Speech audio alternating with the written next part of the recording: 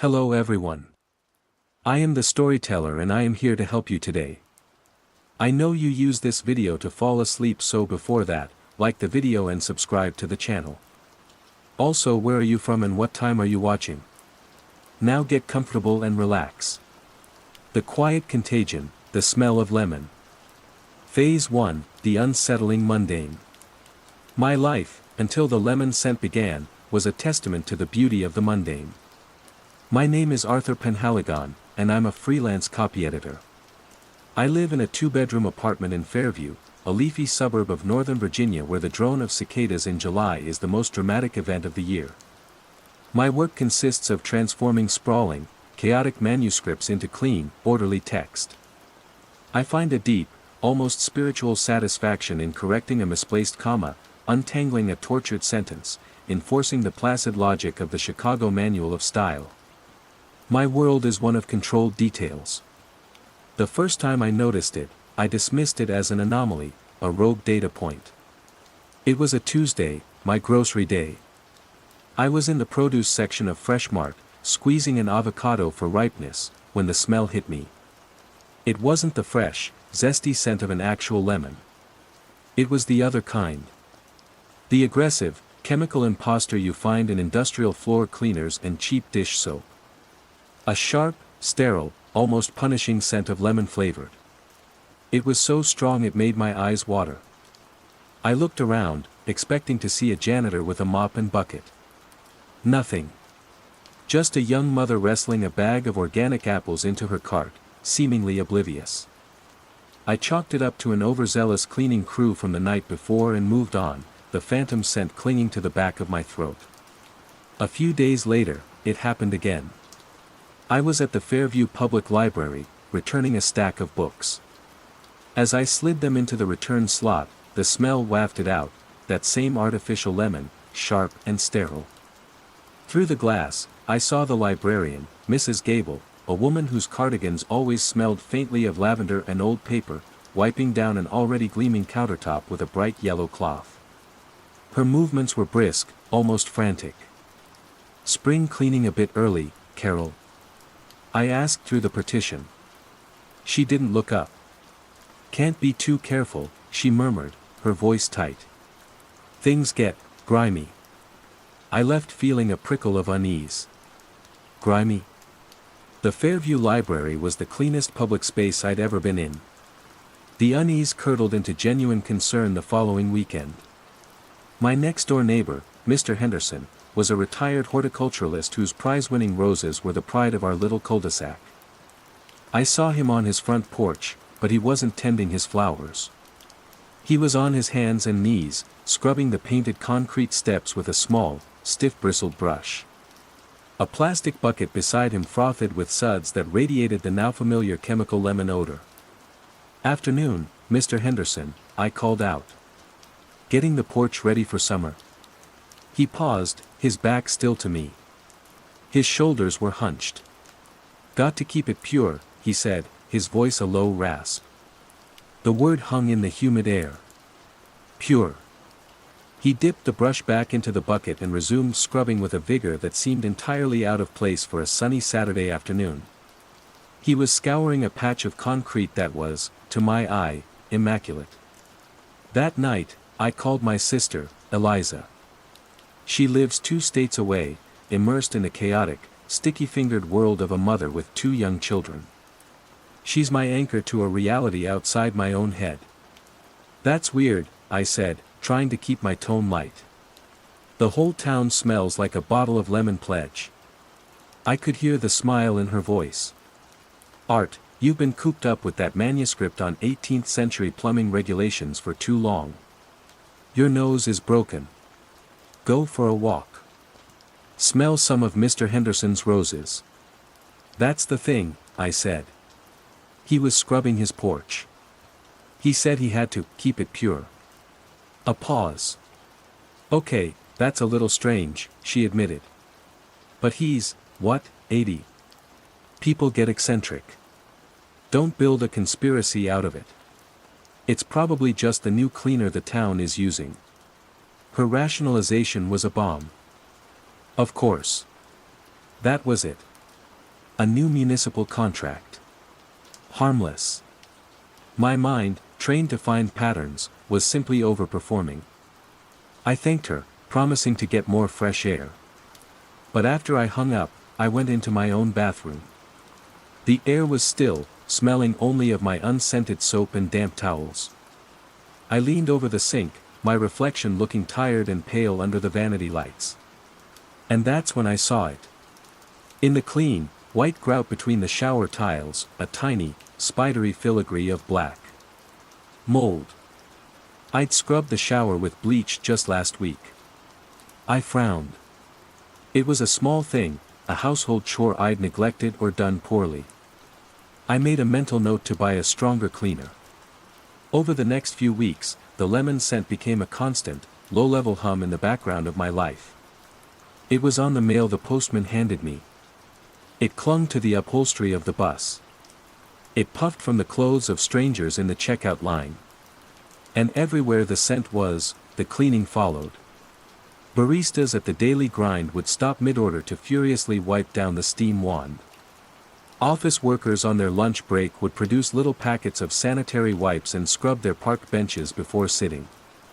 People's homes, visible through their front windows in the evenings, seemed to gleam with a new, almost aggressive luminescence. And as the world outside my apartment grew brighter and more sterile, the darkness inside grew. The mold in my shower was back, thicker this time. It wasn't just in the grout. A dark stain bloomed behind the toilet tank. A faint, web-like pattern was visible on the ceiling in the corner if the light hit it just right. I scrubbed and I bleached, my hands raw, but it always returned, a persistent, quiet stain on my orderly world. I was living in a paradox. The cleaner Fairview became, the dirtier my own home felt. It was as if all the grime they were scouring from the world was seeping through my walls, choosing my apartment as its final refuge. The subplot, the forgotten memory, began to surface in flashes, triggered by the smell. One afternoon, while editing a particularly dense chapter, I caught a strong whiff of lemon from the open window, perhaps a neighbor's cleaning frenzy. Suddenly, I wasn't in my study. I was small, looking up at a vast expanse of yellow linoleum. The world was blurry with fever. The air was thick with that same chemical lemon, so strong it felt like a physical weight in my lungs. A woman's hand, cool and smelling of bleach, pressed against my forehead. My mother. She was crying. "It has to be clean," she was whispering, not to me, but to the room, to the illness itself. Perfectly clean. Perfectly pure. The memory dissolved as quickly as it came, leaving me breathless, my heart hammering against my ribs. I stumbled to the bathroom and splashed cold water on my face. It was just a memory. A fevered dream from a childhood sickness. It had to be. But for the first time, I felt a terrifying thought begin to coalesce. What if this wasn't about the town going crazy? What if it was about me? Phase 2, growing awareness and isolation. The rationalizations were failing me. Coincidence could only stretch so far before it tore. I bought a new notebook, a Moleskine with a stark black cover, and began my scent log. My copy editor's brain took over, imposing a structure on the madness. I created columns: date, time, location, scent intensity, 1 to 5, and observed behavior. April 12, 2:15 p.m., Fresh Mart, aisle 4, canned goods. Intensity: 4, a stock boy, no older than 19, was polishing individual cans of soup with a microfiber cloth before placing them on the shelf. He hummed a tuneless, repetitive melody. His eyes were unfocused. April 14, 8:30 a.m., the daily grind. Intensity: 3, localized. A woman in a business suit sat at a table, not drinking her coffee, but arranging the sugar packets into a perfect grid. After arranging them, she would sweep them into her hand, then begin again. April 17, 11 a.m., my own front door. Intensity: 2, the postman, Dan, handed me my mail. His blue uniform shirt, usually rumpled, was crisply ironed. The leather of his mailbag gleamed. Keeping it tidy, Dan, I remarked. He gave me a placid smile that didn't reach his eyes. It's the only way, he said, and his voice was flat, devoid of its usual chipper tone. Clarity requires a clean slate. The log grew thicker, a catalogue of quiet insanity. The language was changing, too. Words like purity, clarity, cleanliness, order were cropping up in conversations where they didn't belong. People spoke of wiping away the noise and achieving a sterile peace. It was like a new religion was spreading, one whose gospel was written on the side of a bottle of industrial disinfectant. My isolation deepened. My world had shrunk to my apartment, the scent log, and the creeping mold. The mold was no longer just a stain, it was taking on a definite, disturbing character. The patterns were intricate, fractal-like, resembling something between a neural network and a black, decaying coral. It seemed to pulse with a faint, deep-sea luminescence in the dark. I stopped inviting anyone over, not that anyone asked to visit anymore. My attempts to connect with the outside world only served to highlight the chasm that had opened between me and everyone else. I tried Eliza again. This time, I didn't try to be casual. I laid it all out, the log, the behavioral loops, the specific, strange phrases, the smell that was now a permanent feature of Fairview's atmosphere. I scanned and emailed her a few pages from my notebook. Her call came an hour later. Her voice was tight with a forced, gentle concern that was more terrifying than dismissal. Art, she began, I've booked you a doctor's appointment. Dr. Evans, he's a wonderful therapist. I think the stress of your work, of being alone so much, it's manifesting. Olfactory hallucinations are a real thing. Sometimes triggered by stress or even a past trauma. A past trauma? I snapped, my voice sharper than I intended. Eliza, I'm not hallucinating the entire town scrubbing their mailboxes. Are you sure? She asked softly. Are you sure you're not just noticing things that were always there, but now your brain is, coloring them differently? That memory you told me about, with Mom? Maybe that's what this is all about. You're replaying something. I hung up on her. The line between concerned sister and concerned citizen had been crossed. To her, I was the anomaly.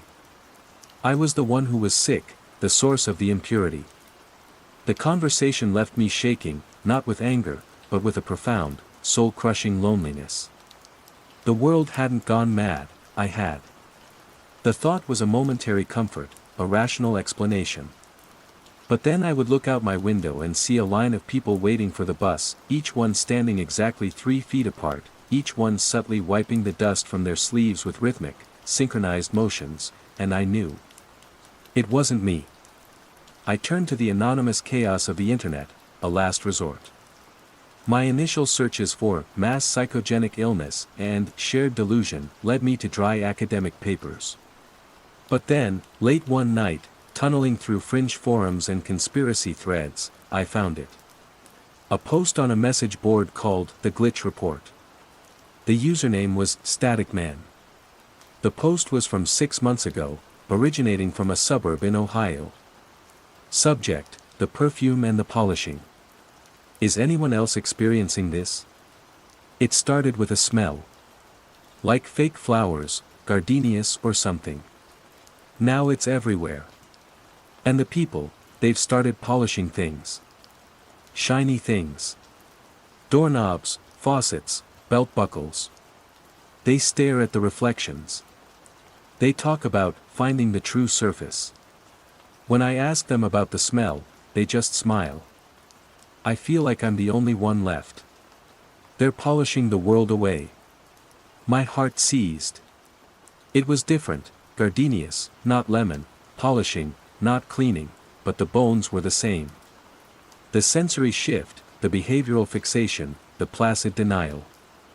I frantically tried to message Static Man, but the account was deactivated. I searched for his other posts. There were only 2, both increasingly frantic, before he went silent. A dead end. But it was proof. I wasn't alone. It wasn't just Fairview. This was happening elsewhere. It was a contagion. The discovery, validating as it was, also amplified the dread. This wasn't a local phenomenon. This was a quiet, creeping plague. That night, the mold in my apartment seemed darker, more vibrant. I found a new patch spreading behind a bookshelf in my living room. I pulled the heavy case away from the wall, and my blood ran cold. The mold wasn't just a random stain. It had formed words. Or, not words, but letters, symbols, woven into its fractal design. It was a language I couldn't read, ancient and complex. I stared at it, a scholar presented with a dead tongue, and I understood that the mold wasn't just a byproduct of the contagion. It was its opposite. It was a response. It was memory. It was the grime they were trying to wash away, and it was trying to speak. My childhood memory returned with stunning clarity. I was 5, sick with scarlet fever. My mother, a woman already prone to anxiety, had been terrified. Convinced germs were an invading army, she had launched a chemical assault on our home. The lemon disinfectant was her weapon. The fever had made me delirious. I hallucinated patterns crawling on the yellow linoleum floor, on the walls, on the ceiling. Intricate, dark, web-like patterns. Just like the mold. I wasn't replaying a trauma. The world was. A collective, feverish delirium was descending, and with it, a desperate, irrational need to sterilize reality itself. And I, the boy who had once been at the center of that small, domestic fever dream, was now the only one with the antibodies. I was the only one who could still see the hallucinations for what they were. Phase 3, the nature of the threat and escalation. My theory solidified, taking on the rigid horror of a mathematical proof. The contagion was a reality-bleaching agent. The lemon scent was its herald, a psychic antiseptic that prepared the mind for the change. The obsessive cleaning was the ritual, the physical manifestation of a deeper, metaphysical scrubbing. People were scouring away not just dirt, but complexity, ambiguity, nuance, the very texture of a messy, imperfect world. They called it purity, but it was a euphemism for emptiness. The mold I saw, the dark, fractal language on my walls, was everything they were trying to erase. It was the world's untidy data, its chaotic history, its painful memories. It was the grid of existence. And my apartment, my isolated sanctuary, had become its archive. Fairview was transforming. The change was no longer just in the details, it was in the landscape itself. The town gleamed. Every surface reflected the sky with a uniform, polished sheen.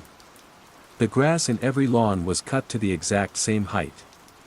The cars that drove down the street were all spotless, moving at a consistent, unhurried pace, their drivers staring forward with serene, vacant expressions. There were no traffic jams, no impatient honks, no litter. The quiet, pleasant town had become a quiet, terrifying diorama. The people were the worst part. Their obsessive tics had smoothed out into a collective, synchronized grace. At Fresh Mart, the employees moved in silent, flowing patterns, restocking shelves and wiping down refrigerator doors in a continuous, hypnotic ballet. The individuality was gone, replaced by a communal, hive-mind efficiency. They didn't speak to each other unless necessary, and when they did, their voices were low and monotone.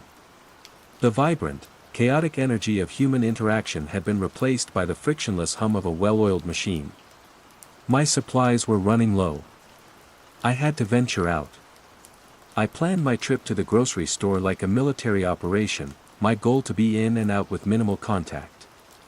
It was there, in the unervingly pristine aisles of Fresh Mart, that I met her.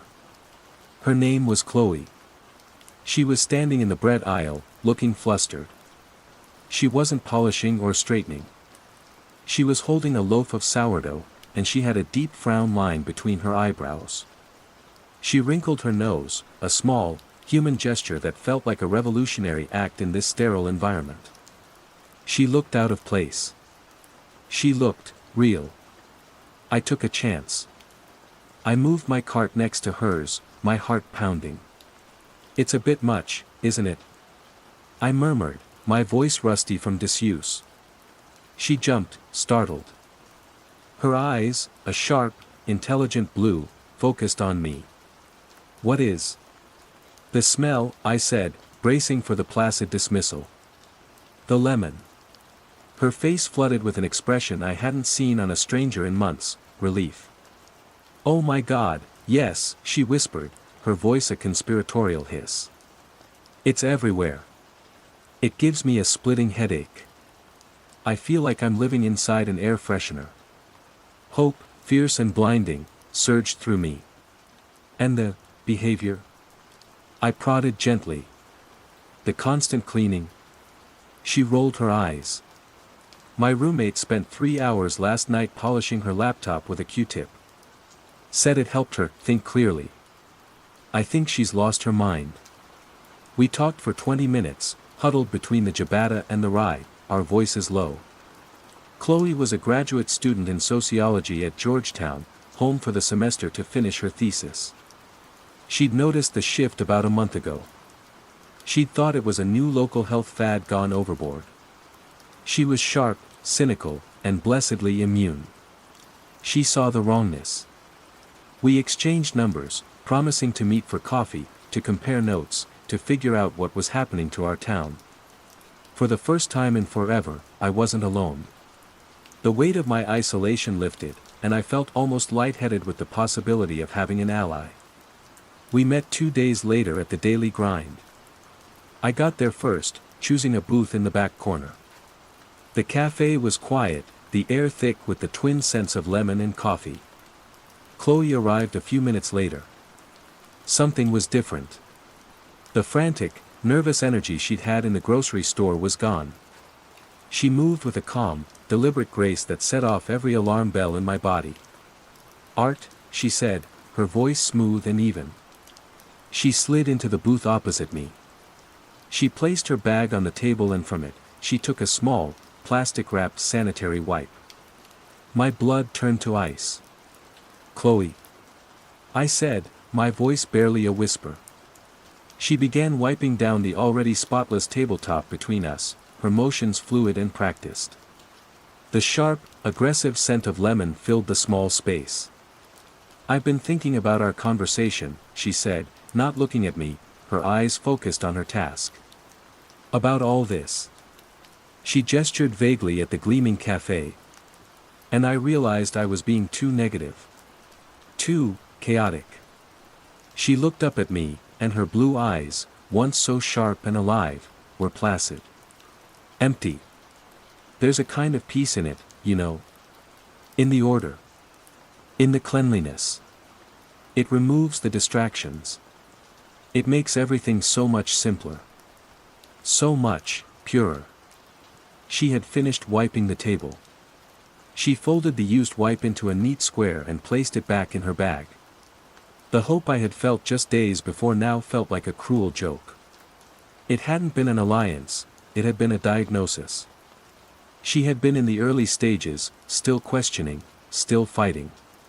Now, the contagion had won. She hadn't been an ally. She had been a preview of my own impending doom. I was watching my own future unfold. The smell from her wipe, acrid and overwhelming, hit me like a physical blow. It triggered the memory again, but this time, it was complete. I was in my bed. The fever was breaking. My mother was sitting beside me, exhausted. The house was silent, reeking of lemon. Through my fever-addled haze, I saw the patterns on the wall, the dark, mold-like fractals, begin to fade as my temperature returned to normal. They were a product of the sickness, a hallucination born of heat and chaos. The terrifying, world-breaking realization struck me. I wasn't the one with the antibodies. I was the one who was still sick. I had been living with a low-grade version of this fever my whole life, my obsessive need for order, my meticulous nature, my life as a copy editor, all of it was a way of managing the quiet chaos I saw in the world, the mold and the grout of reality. Now, the whole world was catching my fever. And as they succumbed, they were finding the same coping mechanism my mother had, a desperate, irrational, all-consuming need to clean it all away. I stood up from the table, my chair scraping loudly in the silent cafe. Chloe watched me with mild, untroubled curiosity. "I have to go," I stammered. "Be well, Art," she said. Her voice a serene lullaby. "Find your clarity." I fled, leaving her in the gleaming, lemon-scented tomb of the daily grind, a ghost already at peace. Phase 4, Confrontation/Revelation and Aftermath. There was one last thread to sever, one final test. Eliza. I had to see her. Not to convince her, not anymore, but to know for sure that I had lost her, too. To know that the world I had known was well and truly gone. I drove to her house in the suburbs of a neighboring state, a 3-hour drive that felt like a journey across an epoch. The contagion seemed to thin as I left the immediate radius of Fairview, but the signs were still there, more subtle. A gas station attendant polishing the pump handle. A billboard for a new cleaning product with the slogan, "Absolute Purity." It was spreading, seeping across state lines like a stain. Eliza's neighborhood was a mirror of my own. Manicured lawns, silent streets. When she opened the door, the wave of artificial lemon that rolled out was so concentrated it was nauseating. She was glowing. Her skin was clear, her eyes were bright, and she wore a smile of such profound, untroubled serenity that it was the most monstrous thing I had ever seen. "Art." "What a surprise," she said, her voice a gentle, melodic chime. Her home, once a battlefield of toys and juice stains, was immaculate. Her 2 boys, aged 6 and 8, were sitting on the floor in the living room, not playing, but silently, methodically polishing a set of wooden blocks with small cloths. "I came to see if you were okay," I said, my words feeling thick and clumsy in the sterile air. "Oh, I'm more than okay," she beamed. "I'm clear. I finally understand what you were so worried about, Art. The mess. The noise. But it's so easy to fix. You just wipe it away." This was the confrontation. Not an argument, but a complete and utter failure to connect across an unbridgeable psychic gap. I was speaking English, she was speaking lemon. We were different species now. Her gaze fell on a framed photograph on the mantelpiece. It was an old picture of our family at the beach when we were kids. She picked it up, her brow furrowed with a flicker of the old Eliza, a flicker of concern. "There's a smudge on this," she murmured. She took the corner of her apron and began to rub at the glass. I moved closer, my heart in my throat. I looked at the photograph. It was of me and her and our parents, squinting in the bright sun. And there, in the grainy texture of the old photo paper, in the shadow cast by a beach umbrella, I saw it. A faint, dark, web-like pattern. The same fractal mold that was growing on my walls. It had always been there. In the background noise of our lives. In the grain of the film. In the chaos of memory.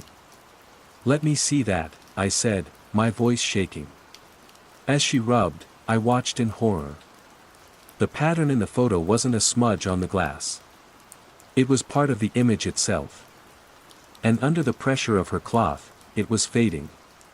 The shadow was becoming a flat, featureless gray. The grain of the sand was smoothing out. She wasn't cleaning the photo, she was cleaning the memory it represented, scouring away its texture, its truth. The revelation hit me with the force of a physical impact. This wasn't about cleanliness or purity. It was about erasure. A cosmic editing process. They were deleting the complex, messy source code of reality and replacing it with a simplified, clean version. The mold I saw was the original text, the palimpsest of what was real, and they were methodically wiping it clean, leaving behind a placid, meaningless void. I backed away from her, a choked sound escaping my throat. "Eliza, stop." She looked at me, her head tilted. The serene smile was back. "It's better now," she said. "See? No more imperfections." I turned and ran. I fled from her house, from the lemon-scented air that promised oblivion. I got in my car and I didn't just drive, I escaped. I pushed the engine, the speedometer climbing, my only thought to put distance between me and that creeping, quiet cleanliness. As I sped past the sign for her development, Willow Creek Estates, I saw that someone had recently polished the letters. But behind the sign, on the old, weathered wood of the posts, I saw the dark, fractal mold creeping, a defiant testament to the world that was being erased. I drove for 8 hours straight, west, into the night, until the car ran out of gas. I left it on the shoulder of a desolate highway and walked. I ended up here, in this grimy, forgotten motel off a county road in what I think is West Virginia. The room smells of stale cigarette smoke, damp carpet, and bleach, real bleach, the harsh, honest kind. It is the most beautiful, reassuring smell I have ever known. I've been here for 3 days. I haven't turned on the TV. I haven't looked at the news. I am an editor in hiding, a custodian of a text no one else wants to read. The mold in my Fairview apartment is hundreds of miles away, but I feel its presence in my mind, a phantom limb of a dying world. I am safe, for now. I am isolated. But the terror has a long half-life. I check the bathroom here compulsively. The grout is stained with authentic, mundane mildew. The mirror is smudged with fingerprints. The surfaces are gritty with the dust of neglect. It's perfect. It's real. This morning, as I washed my hands, I unwrapped the small, complimentary bar of soap provided by the motel. It was a cheap, translucent yellow. As I ran it under the water, a faint scent rose with the steam. It wasn't strong. It was barely there, a ghost on the air. But I smelled it. Artificial. Chemical. Lemon. Phase 1, the unsettling mundane. The Toronto Transit Commission is a creature of immense, groaning habit. It breathes in commuters at dawn and exhales them at dusk. Its veins are the steel tracks that run beneath the city, its blood the screeching, rumbling trains. For 12 years, I've been one of its cardiologists. My official title is Signals and Communications Technician, Grade 3, but I think of myself as a listener. From my windowless room at the Hillcrest complex, I watch the city's circulatory system on a bank of monitors, a sprawling digital schematic of light and movement. I listen to its rhythms. I know the unique spectral signature of a T1 train pulling into St. George Station, the slight data lag from the aging sensors near Eglinton, the precise decibel spike of the 501 streetcar rounding the bend at Queen and Roncesvalles. My world is one of predictable patterns. I rely on them. They are the guardrails against the quiet chaos of my own life outside this room. The first tremor in this predictable world was innocuous. A ghost. It happened on a Tuesday, 3:14 a.m. The system is at its quietest then, mostly maintenance crews and the occasional night shift train shuffling between yards. A single train signature, labeled with the non-standard designation, 6A, flickered into existence on the diagnostic map. It appeared on the southbound track between Museum and St. George, a section of Line 1 that is, for all intents and purposes, a straight shot through a concrete tube. There are no spurs, no switches, no forgotten sidings. But the map showed 6A veering off the main line onto a phantom track, a perfect semicircular loop that curved out into the black space of the schematic before rejoining the primary track just north of St. George. The whole event lasted 93 seconds. Then, 6A vanished. I logged it as a sensor ghost, a common enough occurrence. The vast, aging nervous system of the TTC often twitches in its sleep. I sent a memo to my supervisor, Mark, suggesting a diagnostic on the fiber optic relays in that sector. He replied with a single, coffee-stained thumbprint on the printout and the scrawled words, "Check Rosedale substation interference." Again. He was a man who preferred familiar problems. I ran the checks. Rosedale was quiet. I forgot about it. A week later, it happened again.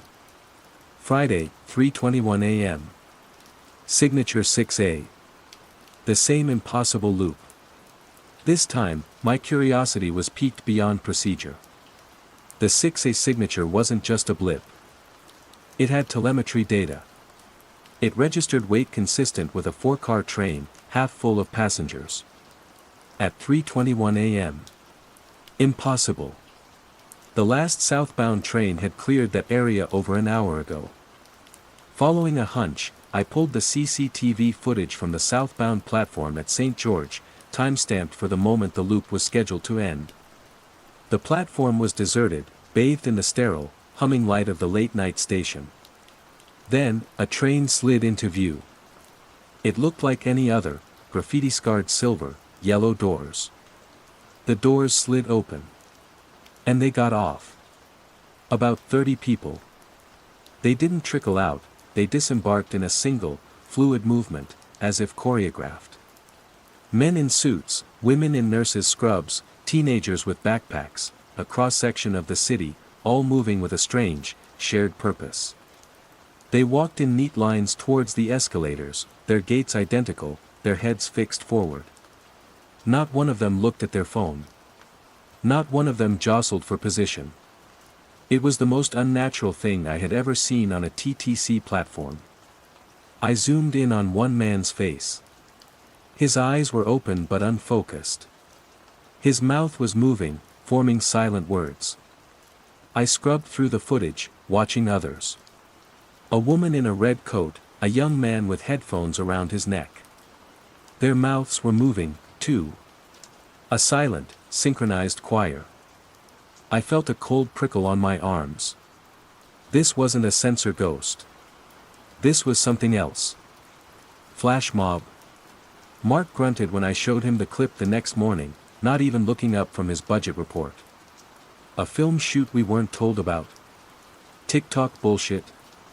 Leo, we've got a real signal failure at Kennedy. Focus on the fires we can actually see.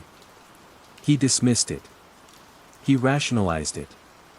And because the alternative was too unsettling, I tried to do the same. It was a prank.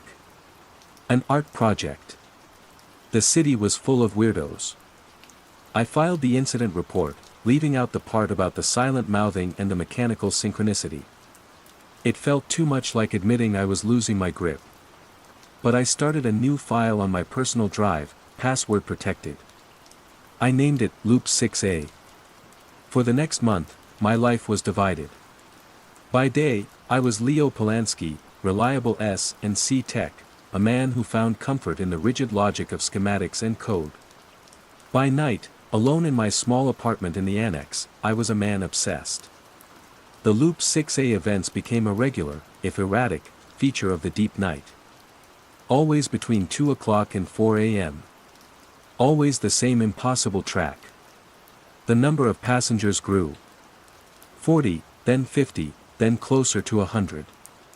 Their behavior remained the same, the unnerving synchronicity, the vacant stares, the silent conversations with the air. I started cross-referencing the faces from the footage with news reports, social media. Nothing. They were ghosts in the machine, leaving no trace before they boarded and disappearing into the city after they disembarked. One night, I caught something new. Amidst the clockwork precision of the passengers, one woman stood out. She was tall, with a cascade of dark hair that fell over the collar of a simple gray coat. While the others stared ahead, she would, for a fraction of a second, turn her head. Her eyes, even on the grainy CCTV, seemed sharp, aware. She was watching the others. She wasn't part of the choir, she was in the audience. She was an anomaly within the anomaly. I began to track her specifically.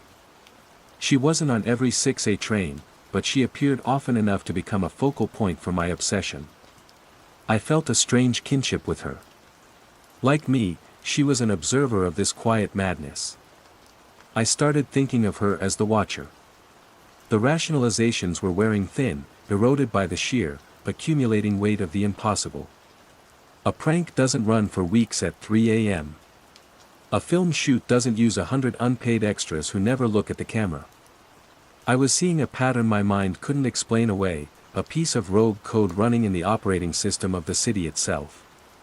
And I was utterly, completely alone with it. The guardrails of my predictable world were gone, and I was staring into the abyss that had opened up beneath me. The low hum of the servers in my office, once a comforting sound, now seemed to carry a new frequency, a whisper of things that shouldn't be. Phase 2, growing awareness and isolation. The line between my job and my obsession blurred, then vanished. I began trading shifts, volunteering for overnights, all to be present for the loop's sporadic performances.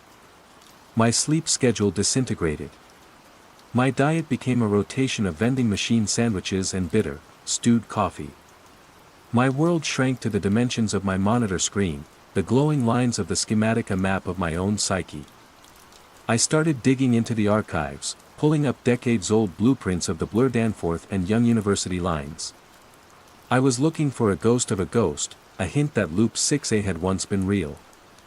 I found records of the abandoned Bay Lower station, the city's most famous transit folly, a fully functional platform built in the 60s and used for only 6 months.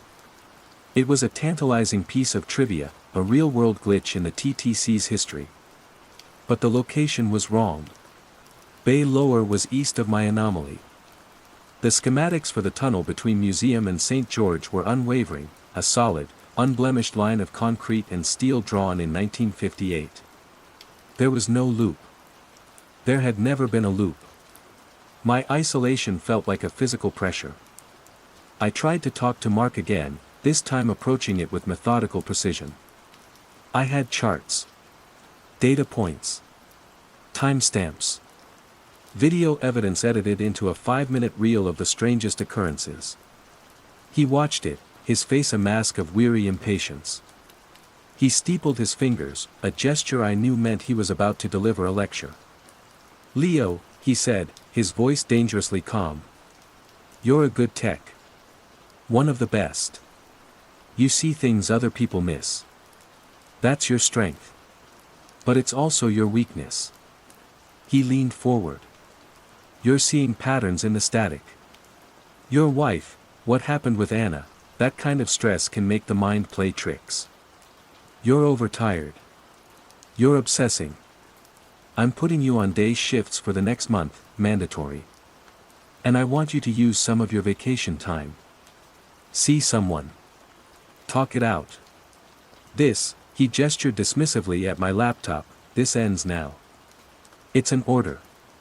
The mention of Anna was a low blow, and it worked. It shut me down completely. He wasn't just dismissing my findings, he was pathologizing my concern, framing it as a symptom of my grief. The conversation left me feeling hollowed out, not just isolated but branded as unstable. The world wasn't going mad, I was.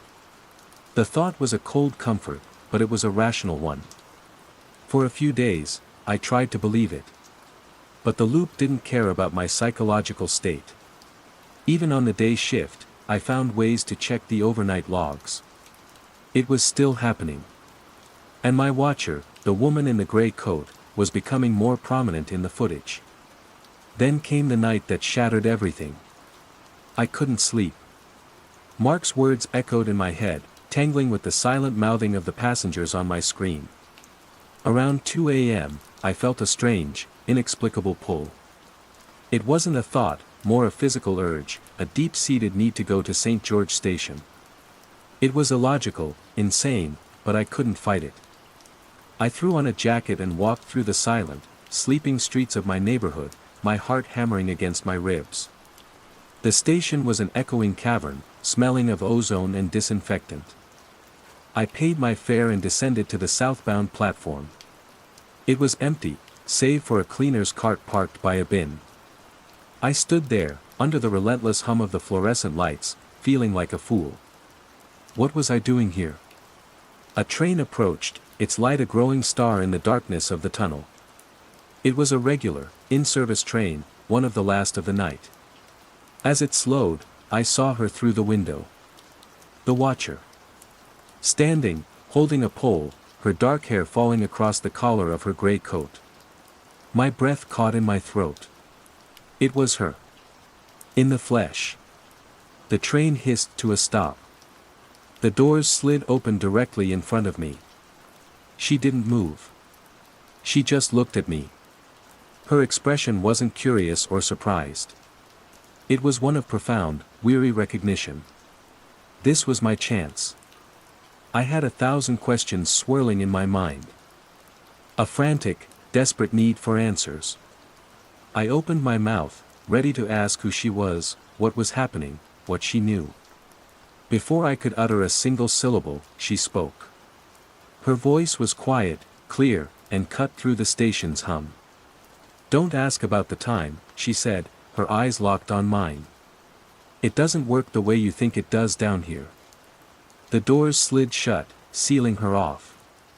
The train pulled away, gathering speed, and plunged back into the tunnel, leaving me alone on the platform. I stood frozen, the blood draining from my face. My mind frantically replayed her words. "Don't ask about the time." It was a warning, a cryptic and unsettling one, but it didn't make any sense. I hadn't been about to ask about the time. My questions were simpler, more direct. Who are you? What is this loop? The chilling realization didn't come until 3 days later. I was back in the control room, reviewing another 6A log against my will, drawn to it like a moth to a flame. I was staring at her face on the screen, a still from the night I'd seen her. I was frustrated, angry at the dead end. And I thought to myself, a clear, distinct thought forming in the quiet of the room, I have to find her again. I have to push her. I need to ask her about the loop, ask her what she meant. I have to ask her about the time, why it feels so wrong. I froze. My own internal monologue hit me like a physical blow. I have to ask her about the time. The question I was just now, for the first time, formulating in my own mind. She hadn't just warned me. She had quoted my own future thoughts back to me. The foundation of my reality didn't just crack, it turned to dust. This wasn't a glitch in the TTC. This wasn't a mass delusion. This was a rupture in the fabric of causality itself, and I was standing at the edge of it. The isolation I'd felt before was a pale shadow of this new, terrifying solitude. How can you trust your own mind when its thoughts are no longer private? When the future can leak backwards and whisper warnings through a stranger on a train platform? The loop wasn't just a place on a map anymore.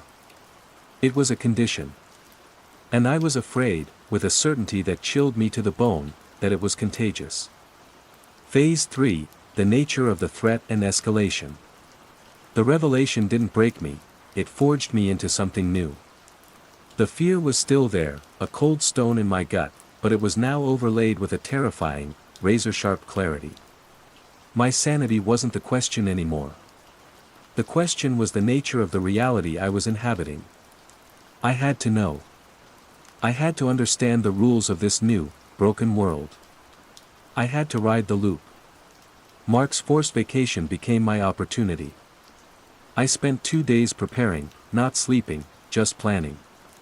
I knew the window, between 2 o'clock and 4 a.m. I knew the trigger, the appearance of the 6A signature on the network. I set up a remote alert system, a simple script that would ping my phone the second the anomaly was detected. For 3 nights, nothing. I sat in my apartment, watching the city lights, feeling like a man waiting for an earthquake he knew was coming. On the 4th night, at 2:57 a.m., my phone buzzed. The alert was stark, signal 6A detected. Southbound. Museum/St. George. I was out the door in 30 seconds. The late-night journey to the station was surreal. The world felt thin, brittle. Every shadow seemed to stretch too far, every distant siren sounded like a warning meant only for me. I reached the St. George platform, my heart a frantic drum against my ribs. I was the only person there. I waited.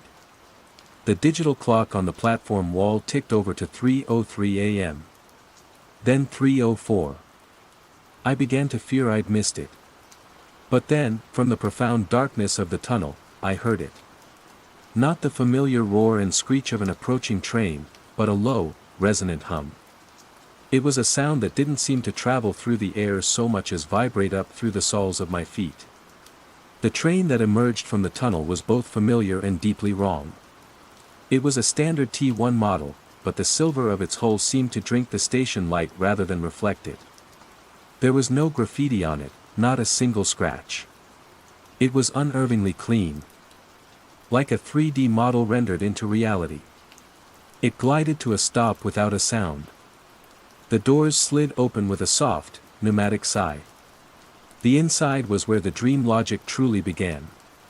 It was filled with the silent passengers, maybe 50 or 60 of them. They sat or stood in perfect, rigid stillness, all facing forward. The air inside wasn't the usual TTC fog of stale air and damp wool, it was cold, sterile, and smelled faintly of ozone, like the air after a lightning strike. I stepped across the threshold. It felt like stepping into a vacuum. The moment the doors sighed shut behind me, the familiar sounds of the station vanished, replaced by that same, deep, internal hum. The train began to move, accelerating with an impossible smoothness. I gripped a pole, my knuckles white. I looked out the window, expecting the blur of the concrete tunnel wall. Instead, I saw a dizzying, repeating lattice of pale gray structures and dim, pulsating lights, like we were traveling through the skeletal framework of the city itself. There were no ads inside the car. The familiar route maps were blank, a glossy, featureless white. I looked at the other passengers. Up close, the wrongness was even more pronounced. A man in a business suit sat bolt upright, his tie perfectly knotted, his eyes fixed on the back of the seat in front of him. His jaw worked silently, methodically. A young woman next to him had her phone in her hand, but the screen was dark. Her thumb moved across its surface, swiping and tapping at nothing. They were all caught in their own private, repetitive loops, performing the memory of an action. Then I saw her. The Watcher. Ilara, as I had started calling her in my mind, a name plucked from a star chart. She was sitting in the corner, her gray coat a patch of calm in the sea of twitching mannequins. She was watching me. Her expression wasn't pity this time, or weariness. It was an unnerving mix of curiosity and dread, like a scientist observing an experiment that was about to go horribly, unpredictably wrong. Time began to fray at the edges. The journey, which by my estimation of the loop's size should have taken no more than a few minutes, stretched into an eternity. The humming deepened, and the garbled remnants of a station announcement crackled through a hidden speaker. Next, is, all passengers, please stand. Doors will, at museum. Museum, is, a rehearsal, please mind the, the voice broke down into a stuttering loop of its own. A rehearsal. The word snagged in my mind. A rehearsal for what? The train slowed. Through the window, I saw not the familiar tiles of a TTC station, but a vast, cavernous space. It was a skeletal blueprint of a station, rendered in gray concrete and faint, glowing lines of light. It looked like Museum Station, but stripped down to its conceptual bones. The iconic Doric columns were there, but they were featureless, unadorned pillars. The train glided to a silent stop. The doors opened.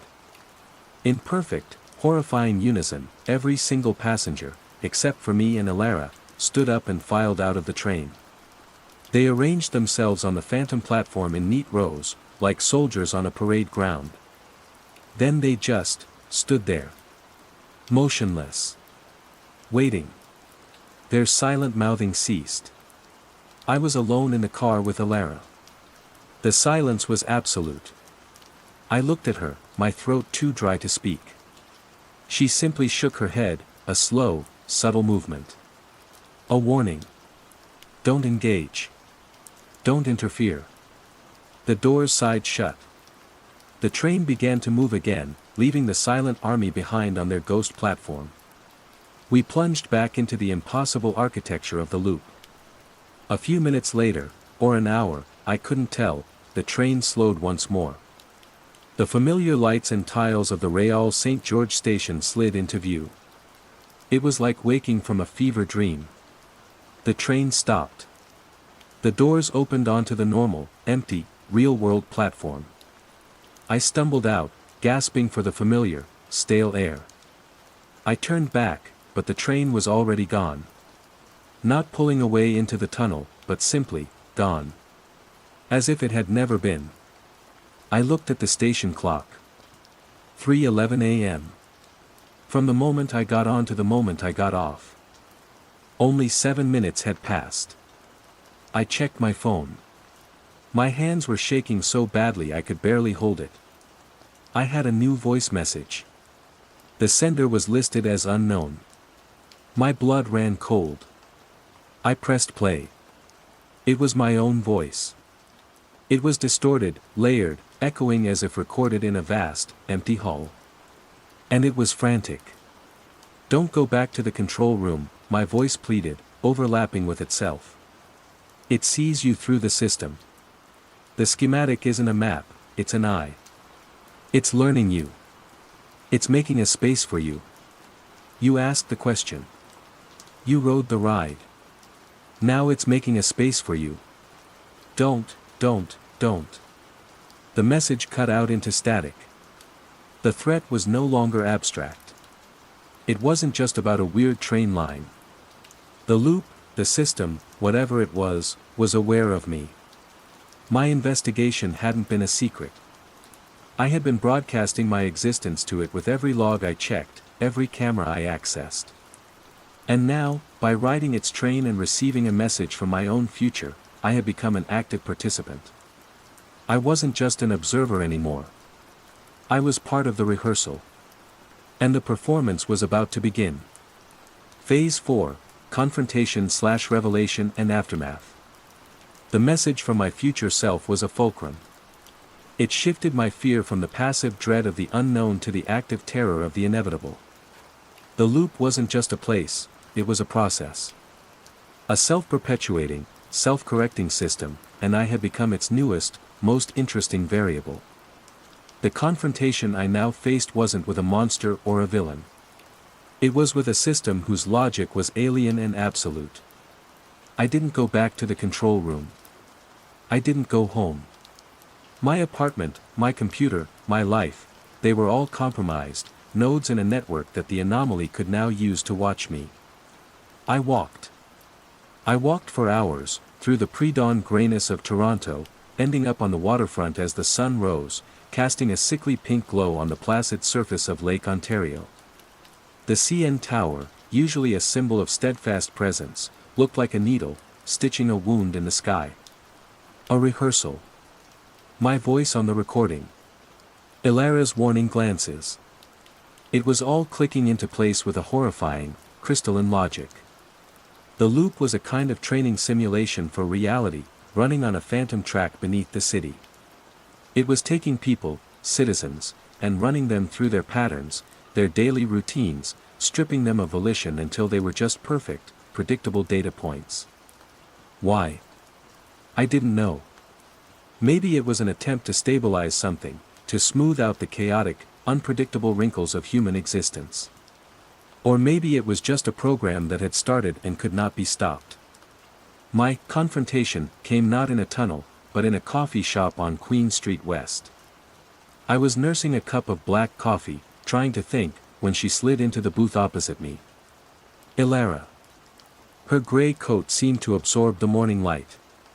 In the mundane world, she looked less like a mystery and more like a ghost, her skin pale, her eyes holding a deep, ancient exhaustion. "It knows your name now," she said. No preamble. Her voice was the same quiet, clear tone from the station platform. Leo Polanski. "It's learning the shape of you from the system you served." "What is it?" I whispered, my voice hoarse. "I don't have a name for it," she said, her gaze fixed on the steam rising from my cup. "I think of it as a correction. A process. Imagine the city is a complex piece of code. Over time, errors accumulate. Inconsistencies. Paradoxes.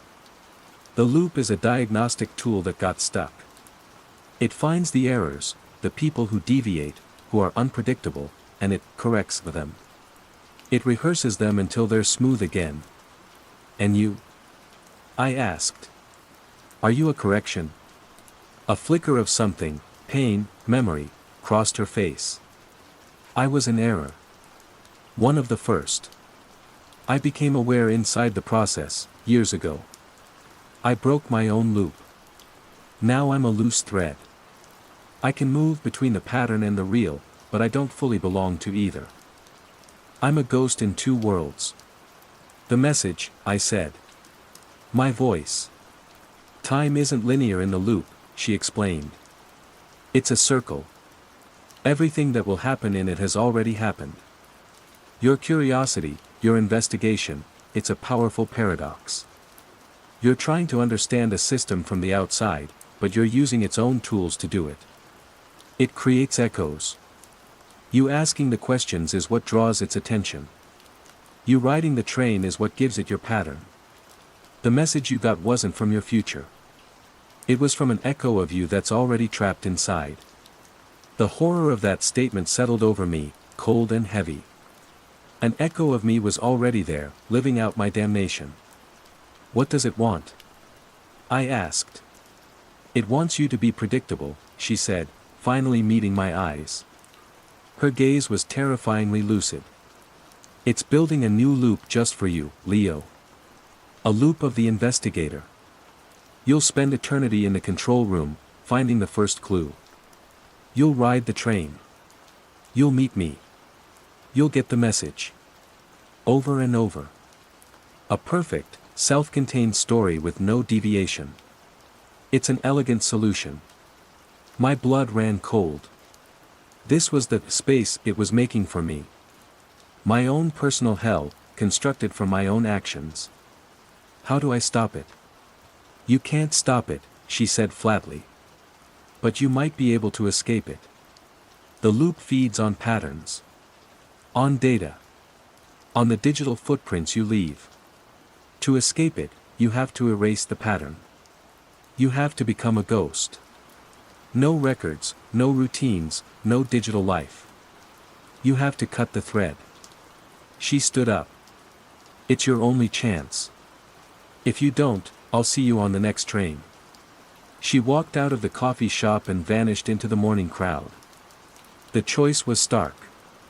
I could continue to fight, to try and warn someone, to try and break the system from the outside, a path that, according to Alara, would lead directly to my own eternal loop.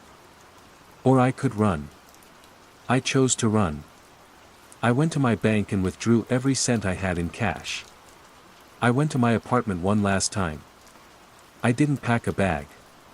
I took my laptop and my work credentials and I drowned them in the bathtub. Then I took the hard drive from my personal computer, the one with the Loop 68 file, and I smashed it with a hammer on my kitchen floor, the crunch of plastic and silicon a sound of liberation. I left my wallet, my phone, my keys, my entire identity, on the table. I walked out of the apartment and didn't look back. I bought a bus ticket to a city I'd never heard of, paid in cash. That was 6 months ago. I live in a small town in the prairies now. I work for cash, washing dishes at a greasy spoon diner. I have no phone, no bank account, no social media. I am, for all intents and purposes, a ghost. Leo Polanski ceased to exist. But I am not free. The contagion was never just in the machine. It was a change in reality, and I was exposed to the source code. Sometimes, I see the echoes. I'll be walking down Main Street and see a flock of pigeons take flight in perfect, mechanical synchronicity. I'll overhear a conversation in the diner, and a phrase will repeat itself, just once, with a strange, hollow resonance. Last night was the worst. I was taking out the trash behind the diner. The alley was dark, lit by a single, buzzing fluorescent tube. A man I'd never seen before was standing there, under the light. He was just a silhouette, but as I got closer, I saw his mouth was moving. Forming silent, rhythmic words. He turned his head slowly, and his eyes, empty and unfocused, found mine. And in the humming silence of that prairie night, 1,000 miles from the Toronto subway, I felt the cold, familiar pull of the loop. I didn't break the system. I didn't escape it. I just ran to a place where the signal was weaker. But the program is still running. The rehearsal continues.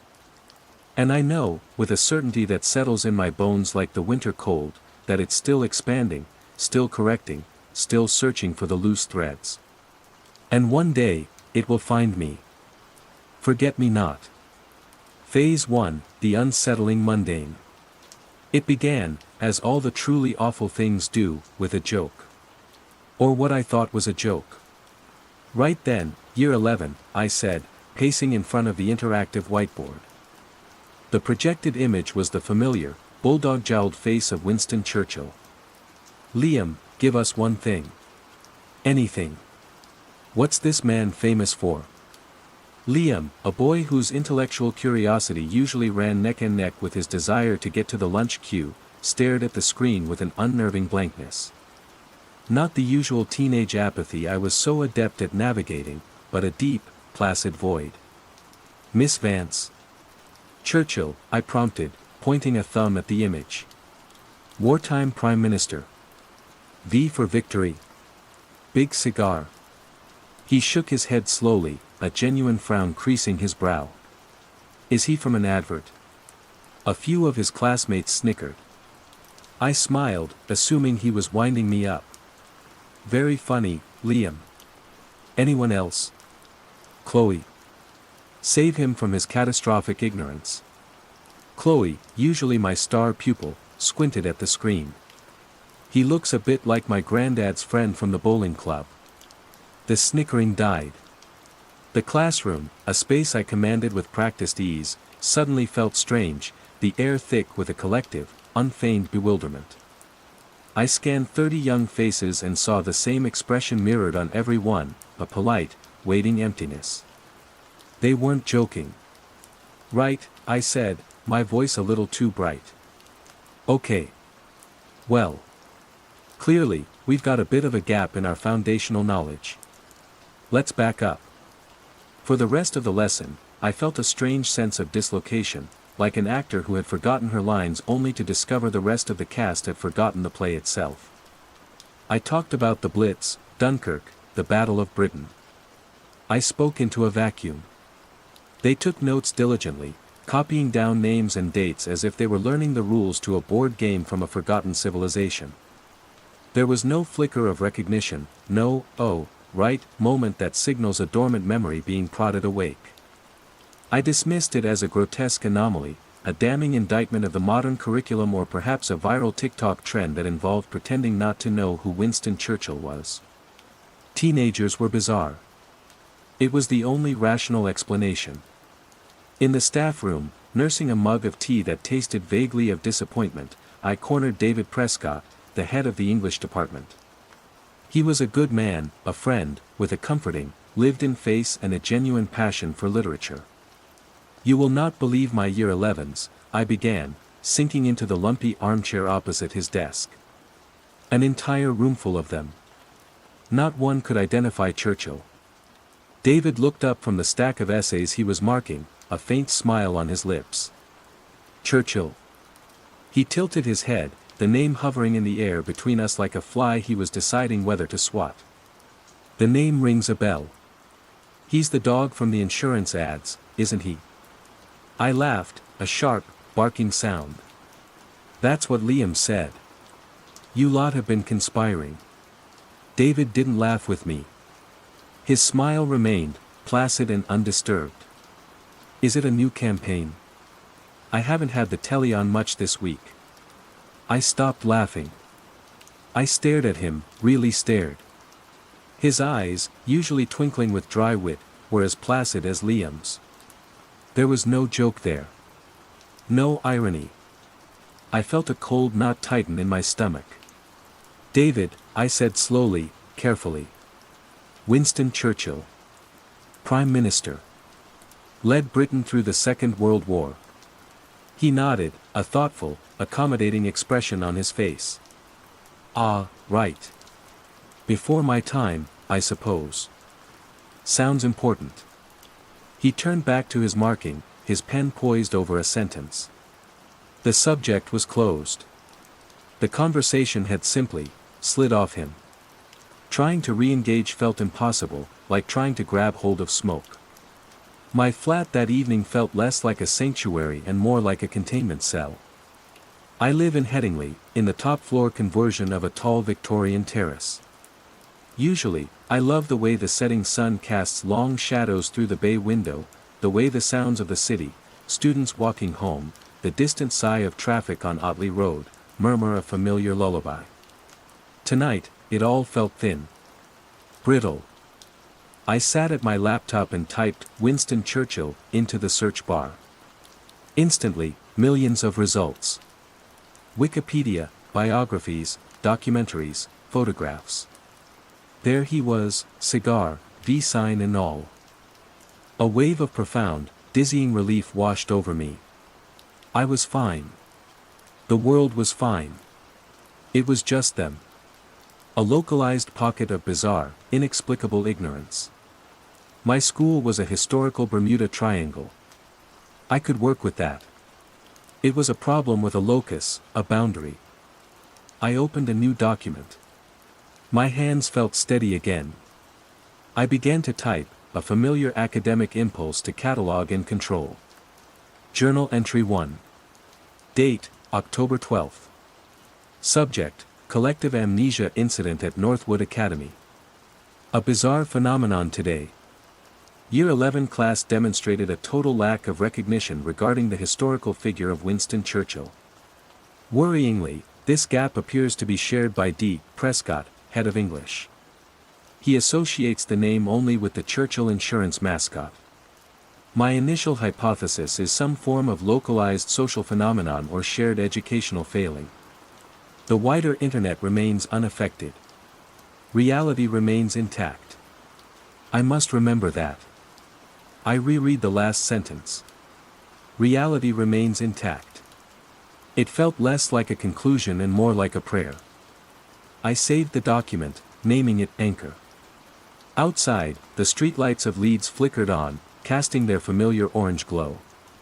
Everything was normal. It had to be.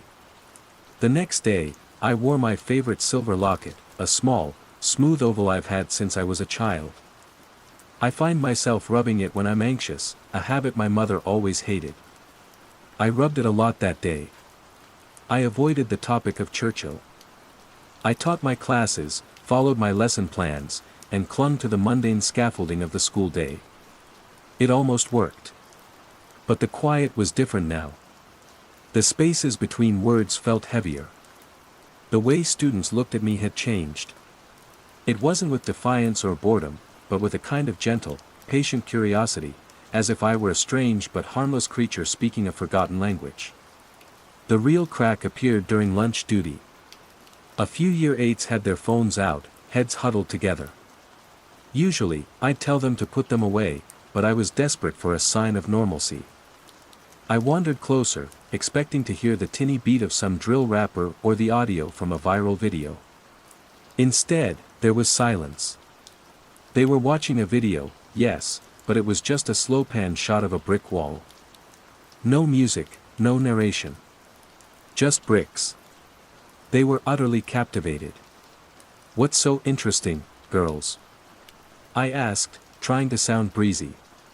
A girl named Aisha looked up, her eyes wide. "It's the pattern, Mississippi. See?" She pointed. "It never repeats." I looked at the screen. It was a perfectly ordinary brick wall. English garden bond. A simple, repeating pattern. "Of course it repeats," I said gently. "That's how bricklaying works." Aisha and her friends exchanged a look of profound pity for me, for my sad, limited perception. "No, miss," she said, her voice soft as velvet. "Look properly. Every single one is different." I leaned in, my heart starting a low, panicked thrum against my ribs. I stared at the screen, at the mundane bricks, and for a terrifying, vertiginous second, she was right. The pattern dissolved. The lines warped. Each brick seemed to pulse with a unique, unholy identity. I felt a wave of nausea, the world tilting on its axis. I recoiled, stumbling back a step. I squeezed my eyes shut, pressing my thumb and forefinger into the sockets. When I opened them, the girls were looking at me with concern. "Are you alright, Miss Vance?" Aisha asked. On her phone screen, the video had been replaced by a picture of a cat. It was just a normal cat. "Fine," I mumbled, turning away, my hand flying to the locket at my throat. Its smooth, solid reality was the only thing I could be sure of. Just, tired. That night, I added to my journal. Entry 2. Date, October 13th. The anomaly is not limited to historical facts. It is affecting perception. Students fixated on a video of a brick wall, claiming the pattern did not repeat. For a moment, I saw what they saw. A fundamental, geometric truth became unstable. This is not ignorance. This is a cognitive shift. The placidity is the most unsettling part. They are not distressed by these changes. They seem to find them peaceful. I checked my own memories. The Beatles. For lads from Liverpool. John, Paul, George, Ringo. They changed the world. The Moon Landing, 1969. Neil Armstrong. One small step for man. These things are real. They are cornerstones. I will write them down. Every day. I will not let them slide away. I typed until my fingers ached, pouring out facts, names, dates, song lyrics, film plots. I was building a fortress of words against a silent, rising tide. But even as I typed, a cold, quiet question echoed in the back of my mind: what happens when the fortress is the last thing left standing? What happens when you're the only one left inside? Phase 2, Growing Awareness and Isolation. The slide was faster than I could have imagined. It wasn't a landslide, but a steady, granular erosion of the world. The cornerstones I'd listed in my journal began to turn to dust. It happened in the staff room again, my personal ground zero. A gold-plated oldies station was playing quietly on the radio, a comforting backdrop of static and nostalgia. Then, the opening harmonica riff of "Love Me Do" started. A little piece of home. I hummed along, tapping my pen on a stack of marking. "Oh, turn that off, would you, Brenda," said Mrs. Albright, the head of department, without looking up from her paperwork. Her voice was sharp, laced with an unfamiliar irritation. "Can't stand that modern rubbish. It's just noise." Brenda, the school secretary, dutifully changed the station. I stared at Mrs. Albright, a woman who had once waxed lyrical about seeing the Fab Four in Manchester in '63. "Modern rubbish?" I echoed, my voice thin.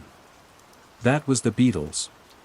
David, sitting beside me, gave me that same gentle, placid look. "Who are they, Ilara? You mentioned them before. Is it a local band?" "Local?" My voice cracked. "David, they're the most famous band in the history of the world." A silence fell over the staff room.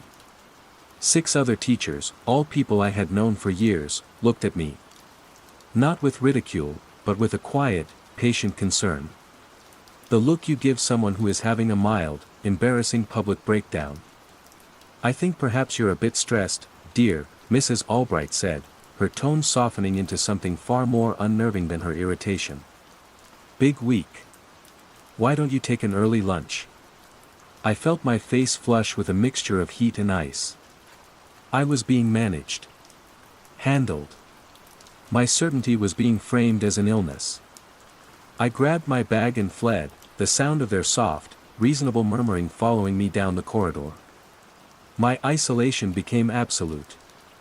I stopped trying to talk about it. Every attempt was like punching a pillow, there was no resistance, just a soft, yielding accommodation that left me more off balance than before. My conversations with colleagues became exercises in navigating a minefield of forgotten concepts. I couldn't mention films, historical events, or famous books without getting those placid, blank stares. The world of shared culture had evaporated, leaving me stranded on a shrinking island. My sister was the worst. I called her one evening, desperate for a lifeline. "Sarah, do you remember when we were kids?" I began, my voice tight. "Dad used to play his old records on a Sunday. He had the big box set. The Beatles. The White Album." There was a pause on the other end of the line. "Dad played folk music, Elara. You know that. Bert Jansch, John Martin. Never liked pop." "No," I insisted, my grip on the phone tightening. "He loved them. He taught me all the words to Hey Jude on that battered acoustic guitar. Elara, are you feeling okay?" Her voice was laced with a genuine, wounding concern. "You sound muddled. Have you been sleeping?" Muddled. That was the word they used. It was their diagnosis for my sanity. I ended the call, my throat thick with unshed tears. They weren't just forgetting, the past was being actively rewritten, smoothed over with a plausible, drabber alternative. And my own memory was the only thing that contradicted the new consensus. That night, I fell down a rabbit hole. I sat at my laptop, my anchored document open on one side of the screen.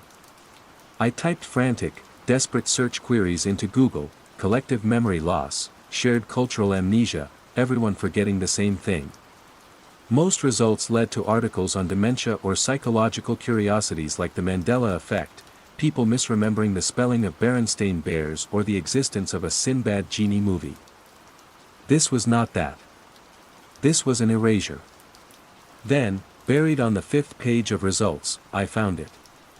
A link with no description, just a string of jumbled letters. I clicked. My browser struggled to load a page that looked like a relic from 1998. The background was a jarring, repeating pattern of a gray static. The text was a sickly lime green. The site was called the Mnemonic Archive. It was a simple, vertical list. Event 451C, The Beatles, status, deleted. Residual recognition in isolated subjects. Event 74B, The Great Fire of London, status, partially corrupted. Narrative integrity failing. Concept 219, The Moon Landing/Apollo Program, status, critical. Plausibility cascade imminent. Figure 88, Winston Churchill, status, deleted. Mascot association stable. My heart hammered against my ribs. It was a catalogue of the voids. This was madness. A conspiracy theory site of the highest, most unhinged order. But it was the first thing in weeks that affirmed my reality. I wasn't going insane. Something was happening. I tried to click on the entry for the Beatles. As my cursor hovered over the hyperlink, the entire screen flickered, dissolving into a shower of digital snow for a split second. When it resolved, the line had changed. Event 451C, The Beatles, status, deleted. Entomological data stable. I gasped, pushing my chair back. I blinked, and the word switched back to Beatles. I held my breath, watching. The letters seemed to tremble, caught between two states of being. I scrolled down the list, my hands shaking. Event 113A, The Apollo Program, status, critical. The word Apollo shimmered. For a heartbeat, it became Apoidea, the scientific name for the superfamily of bees. This website wasn't just a record, it was a battleground. It was a failing document, a dying testament to a reality that was being systematically dismantled and replaced. I bookmarked the page, the URL a nonsensical string of characters. I felt a surge of terror and, beneath it, a grim, vindicating purpose. I wasn't just a victim. I was a witness. The next week, the concept of the year collapsed. I was writing the date on the whiteboard, October 24, 2024, when a girl in the front row, a bright spark named Chloe who I'd once thought had university potential, raised her hand. "Miss Vance?" she asked, her brow furrowed in that now familiar expression of gentle confusion. "What's a 2024?" The chalk snapped in my hand. I turned slowly to face her. "It's the year, Chloe. The current year." She looked to her friends for support, and they mirrored her confusion. "But, it's the year of the oak," she said, as if stating the most obvious fact in the world. From the doorway, Mrs. Albright's voice cut in, smooth as silk. Now, Chloe. Don't trouble Miss Vance with silly questions. Of course, it's the year of the oak. We've only just had the acorn ceremony." She gave me a tight, meaningful smile.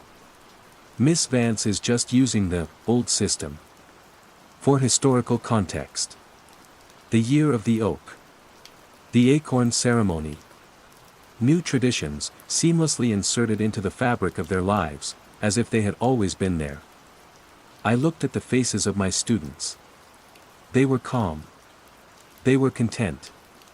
They lived in the year of the oak, a gentle, cyclical time defined by nature, not by the relentless, linear progression of numbered years. I felt a profound, psychic vertigo. My world, with its established histories and cultural touchstones, was a frantic, cluttered, noisy place. Theirs was becoming quiet. Simple. Serene. And the silence was spreading. That night, my journal entry was frantic. Entry 14. Date, who the fuck knows? My laptop says October 24th, 2024. The school operates in the year of the oak. Linear time is becoming a fringe theory. My theory. It's not just memory. It's the framework of reality. Something is pruning it. Simplifying it. And the contagion isn't the loss. The contagion is the piece that comes after. The website is my only confirmation. The mnemonic archive. It lists linear time as degrading. I have to go back. I have to see what else is on the list. I am becoming isolated not just from people, but from reality itself. I write these things down, but the act feels increasingly desperate. I had a conversation with David today about lesson planning. A long one. Afterwards, I looked at my notes about the moon landing. For a full minute, I couldn't remember what NASA stood for. The letters looked like nonsense. The conversation, the interaction with him, it's like a solvent. It dissolves my anchor. I stared at the screen, at my own words. I was documenting my own erosion. I was the last historian, and my subject was a world that was vanishing, taking me with it. Phase 3, the nature of the threat and escalation. The contagion had a texture now. I could feel it. It was a quiet hum in the air, a stillness in the staff room, a pervasive sense of calm that felt more threatening than any scream. I learned to identify the carriers. They were the placid ones. The ones whose eyes held a serene emptiness, whose conversations never strayed into the jagged terrain of the past. David was a primary vector. A 30-minute meeting with him about student performance would leave me feeling foggy, my own thoughts blurred at the edges. I started a new protocol. After any prolonged interaction with a colleague, I would retreat to the toilets or my empty classroom and force myself to recite from my mental anchor. The Beatles, John, Paul, George, Ringo. Abbey Road, Sgt. Pepper's. 1969, Neil Armstrong walked on the moon. Shakespeare wrote Hamlet. The Earth is the third planet from the Sun. It was a litany against the quiet. But with each recitation, the names and facts felt a little more brittle, the emotional resonance fading. They were becoming just words, data points I was desperately trying to keep from being corrupted. My theory solidified from a vague fear into a terrifying hypothesis. It wasn't a virus or a toxin. It was something that spread through communication itself, or rather, through the lack of it. The placid silence of the affected was a medium. It was a cognitive field that actively suppressed and dismantled complex, unnecessary information in those nearby. They were living firewalls, deleting the old world's cluttered data. My cluttered memories. The mnemonic archive became my oracle. I'd visit it every night, my heart pounding as I watched it decay. The list of erased and corrupted concepts grew longer. Concept 808, irony, status, deleted. Replaced with politeness. Emotion 41A, ambition, status, corrupted. Now manifests as contentment. Sense, olfactory connection to memory, Proustian response, status, severed. That last one hit me hard. I'd gone to Kirkgate Market on a Saturday, hoping the chaotic mix of sights and smells would ground me. I walked past a spice stall, a vibrant cloud of cumin and turmeric hanging in the air, and felt nothing. No phantom memory of my mother's cooking, no echo of past meals. It was just a smell, a piece of sensory data, disconnected from any meaning. The rich tapestry of my inner life was being unpicked, thread by thread. The school became a different kind of hostel. The students, once individuals, now moved with a subtle, disquieting synchronicity. They would all look up from their work at the same moment, or turn a page in their textbook in a soft, collective whisper of paper. Their work was neat, their answers uniform. They could write an essay on Macbeth, but when I asked them why the play was tragic, they would only say, because those are the correct patterns of words. They were performing the motions of learning, hollowed out of all context and meaning. They were at peace. Then came Ben. He was a supply teacher, brought in to cover maths for a few weeks. He was in his late 20s, with a restless energy that felt like a gale-force wind in the oppressive calm of the staff room. He made jokes that fell flat. He quoted films no one recognized. He looked as lost and battered as I felt. I saw him one lunchtime, staring out the window at the bleak Leeds cityscape, a look of profound frustration on his face. This was it. This was my chance. An ally. I approached him cautiously. Tough gig, isn't it? I started. He turned, and his eyes, his gloriously, wonderfully anxious eyes, met mine. Tough isn't the word, he muttered. It's like talking to ghosts. Polite, well-behaved ghosts. Hope, fierce and painful, surged in my chest. Have you noticed anything else? I whispered, my voice trembling. Anything, strange? About what they don't know. He nodded grimly, a muscle jumping in his jaw. You mean everything? I made a joke about Star Wars yesterday. These aren't the droids you're looking for. Blank stares. I felt like I was speaking Martian. Meet me after school, I blurted out. A cafe in town. The Belgrave. We need to talk. He agreed instantly, a look of desperate relief on his face. I spent the rest of the day in a state of giddy, paranoid excitement. I was not alone. The Belgrave Music Hall and Canteen, with its noisy bar and rooftop terrace, felt like neutral ground, a pocket of the old world. I got a table in a secluded corner. When Ben arrived, I saw the same desperate hope in his face. I didn't hold back. For 20 minutes, the words poured out of me: Churchill, the Beatles, the year of the oak, the sensory deadening, the placid emptiness, the contagion of quiet. I told him about my journal, my anchor, my frantic attempts to hold on to a world that was slipping away. I even told him about the mnemonic archive. He listened intently, nodding, his eyes fixed on mine. He didn't interrupt. He didn't look at me like I was mad. He just absorbed it all. When I finally ran out of breath, my story hanging in the air between us, I waited for his validation, his own story of confusion and fear. Instead, he took a slow sip of his water. His face, which had been a mask of anxiety, smoothed over. The restlessness in his eyes stilled, replaced by a deep, unnerving calm. It was the same look I saw in David, in Mrs. Albright, in my students. That's a lot of extraneous data, Ilara, he said, his voice soft and melodic. It wasn't his voice anymore. A lot of clutter. It must be very tiring, holding on to all those old patterns. The blood drained from my face. No. The mnemonic archive, he continued, his smile gentle, accommodating. Yes. That is a known data leak. A bug in the system. We've been tracking its users. It's a useful tool for identifying inefficiencies. A bug? I whispered, my throat closing up.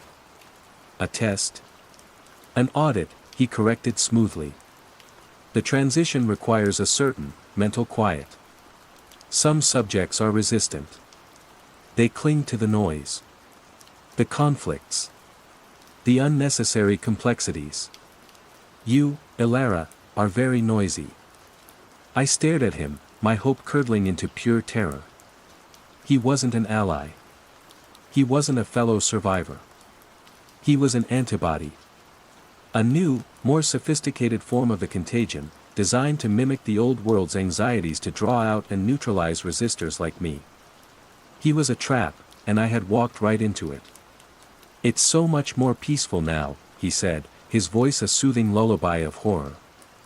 You don't have to carry the weight of all that history. All those songs. All that anger and sadness. You can let it go. We can help you. I didn't answer. I stood up so fast my chair screeched against the floor, knocking it over. I turned and ran. I didn't look back. I fled the bar, bursting out into the cold Leeds evening. The city lights seemed to smear and blur. The faces of the people on the street were calm, placid masks. I didn't know who was real anymore. I only knew that I had been found, and that the quiet was no longer waiting for me to succumb. It was coming for me. Phase 4, Confrontation/Revelation and Aftermath. My flat became a bunker. I called the school and left a rambling, unconvincing message about a sudden illness. I unplugged the landline. I switched my mobile to airplane mode. I drew the curtains, plunging the rooms into a perpetual twilight. The world outside the windows was enemy territory. My only connection to reality, my reality, was the glow of my laptop screen and the frantic scratching of my pen across the pages of my journal. The silence I had been dreading from the outside world was now a roar inside my head. I paced the length of my living room, from the bay window to the kitchenette, reciting my litanies.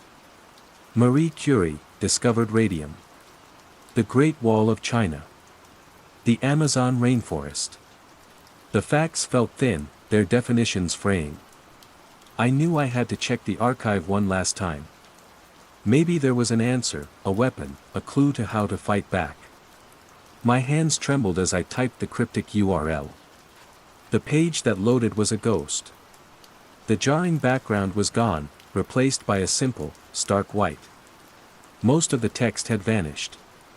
The long list of erased and corrupted events had been wiped clean. All that remained were a few flickering, corrupted lines of code at the top of the screen, and beneath them, a single, clear, black sentence. They listened through the gaps. Below the text was an image. It flickered violently, like a dying newsreel. It was a diagram of a human ear. But the geometry was wrong. The intricate spiral of the cochlea didn't curve inwards, it twisted back on itself in an impossible, non-Euclidean loop, a spiraling void. They listened through the gaps. The gaps. The pauses in conversation. The moments of quiet contemplation. The silence after a question I couldn't answer. It wasn't the words that spread the contagion. It was the absence of them. The quiet itself was the medium, the network.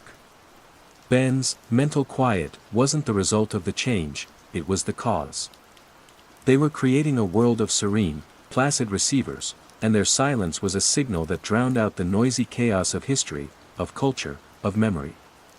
My frantic inner monologue, my obsessive journaling, it was all just static they were trying to tune out. I wasn't the one going mad, I was a dissonant, screaming note in a symphony of silence. A soft, polite knock came at my door. My blood turned to ice.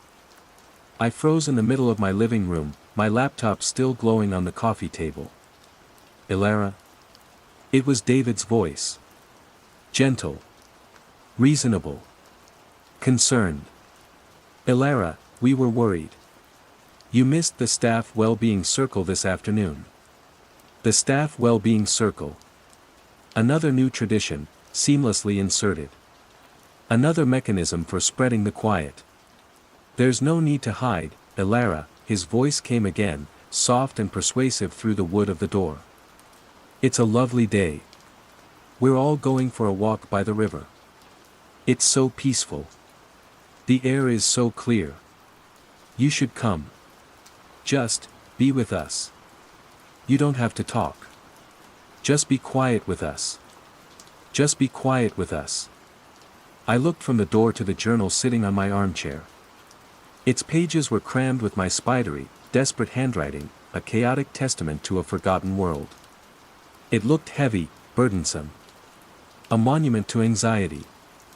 The silence from the other side of the door, it didn't feel threatening anymore. It felt like an invitation. An offer of relief.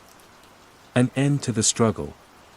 The thought of letting go, of simply stopping the frantic fight to remember, was seductive. It was the promise of peace. I sank into my armchair, my body feeling immensely heavy. My hand found my pen, my fingers wrapping around it. The book was open on my lap to a fresh, blank page. I could write about David at the door. I could document this final siege. I could fight. But the effort felt monumental. My gaze drifted to the window. Through a gap in the curtains, I could see the sky. It was a pale, luminous color, a soft shade for which I suddenly, strangely, had no name. The ever-present hum of the city, the traffic on the main road, the distant sirens, it was gone. Replaced by a low, pleasant, resonant thrum. Like a single, perfectly held note. David knocked again, a gentle rhythm. Tap. Tap. Tap. It was, I realized, a very peaceful sound. My grip on the pen loosened. It rested on the blank page, poised to write, but the impulse was gone. The frantic historian inside me, the screaming witness, had fallen silent. The noise had stopped. I was just Elara. I was in a room. Outside the door, my friends were waiting. They were going for a walk. It was a lovely day in the year of the oak. I felt calm. Wonderfully, beautifully calm. I sat there, in the twilight of my flat, the pen resting on the pristine, empty page. I didn't write. I didn't move. I just listened to the quiet. I waited. Phase 1, the unsettling mundane. My name is Elara Vance, and my life runs on caffeine and spite. Specifically, the spite I feel for the rising sun after another night spent wrestling with insomnia. I'm a software engineer. My world is one of logic, of binary states, of problems that can be solved with enough clean code and brute force debugging. Ones and zeros. True and false. My apartment, a sterile glass box overlooking the Brisbane River from the heights of New Farm, is my command center. From here, I wrangle chaotic data streams for a fintech company, imposing order on the abstract mess of the market. My most cherished ritual is the one that bookends my day, the sunset.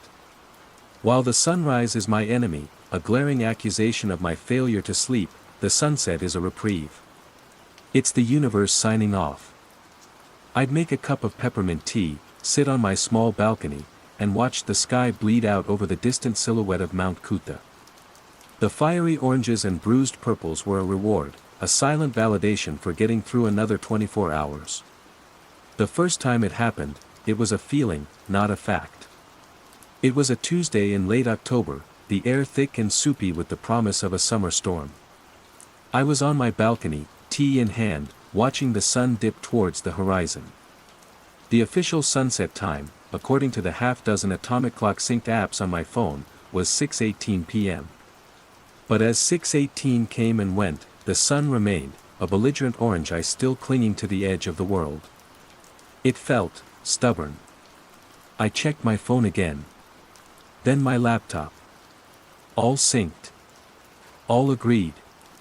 When the final sliver of light finally vanished, my watch read 6:18 and 41 seconds. 41 seconds. It was nothing.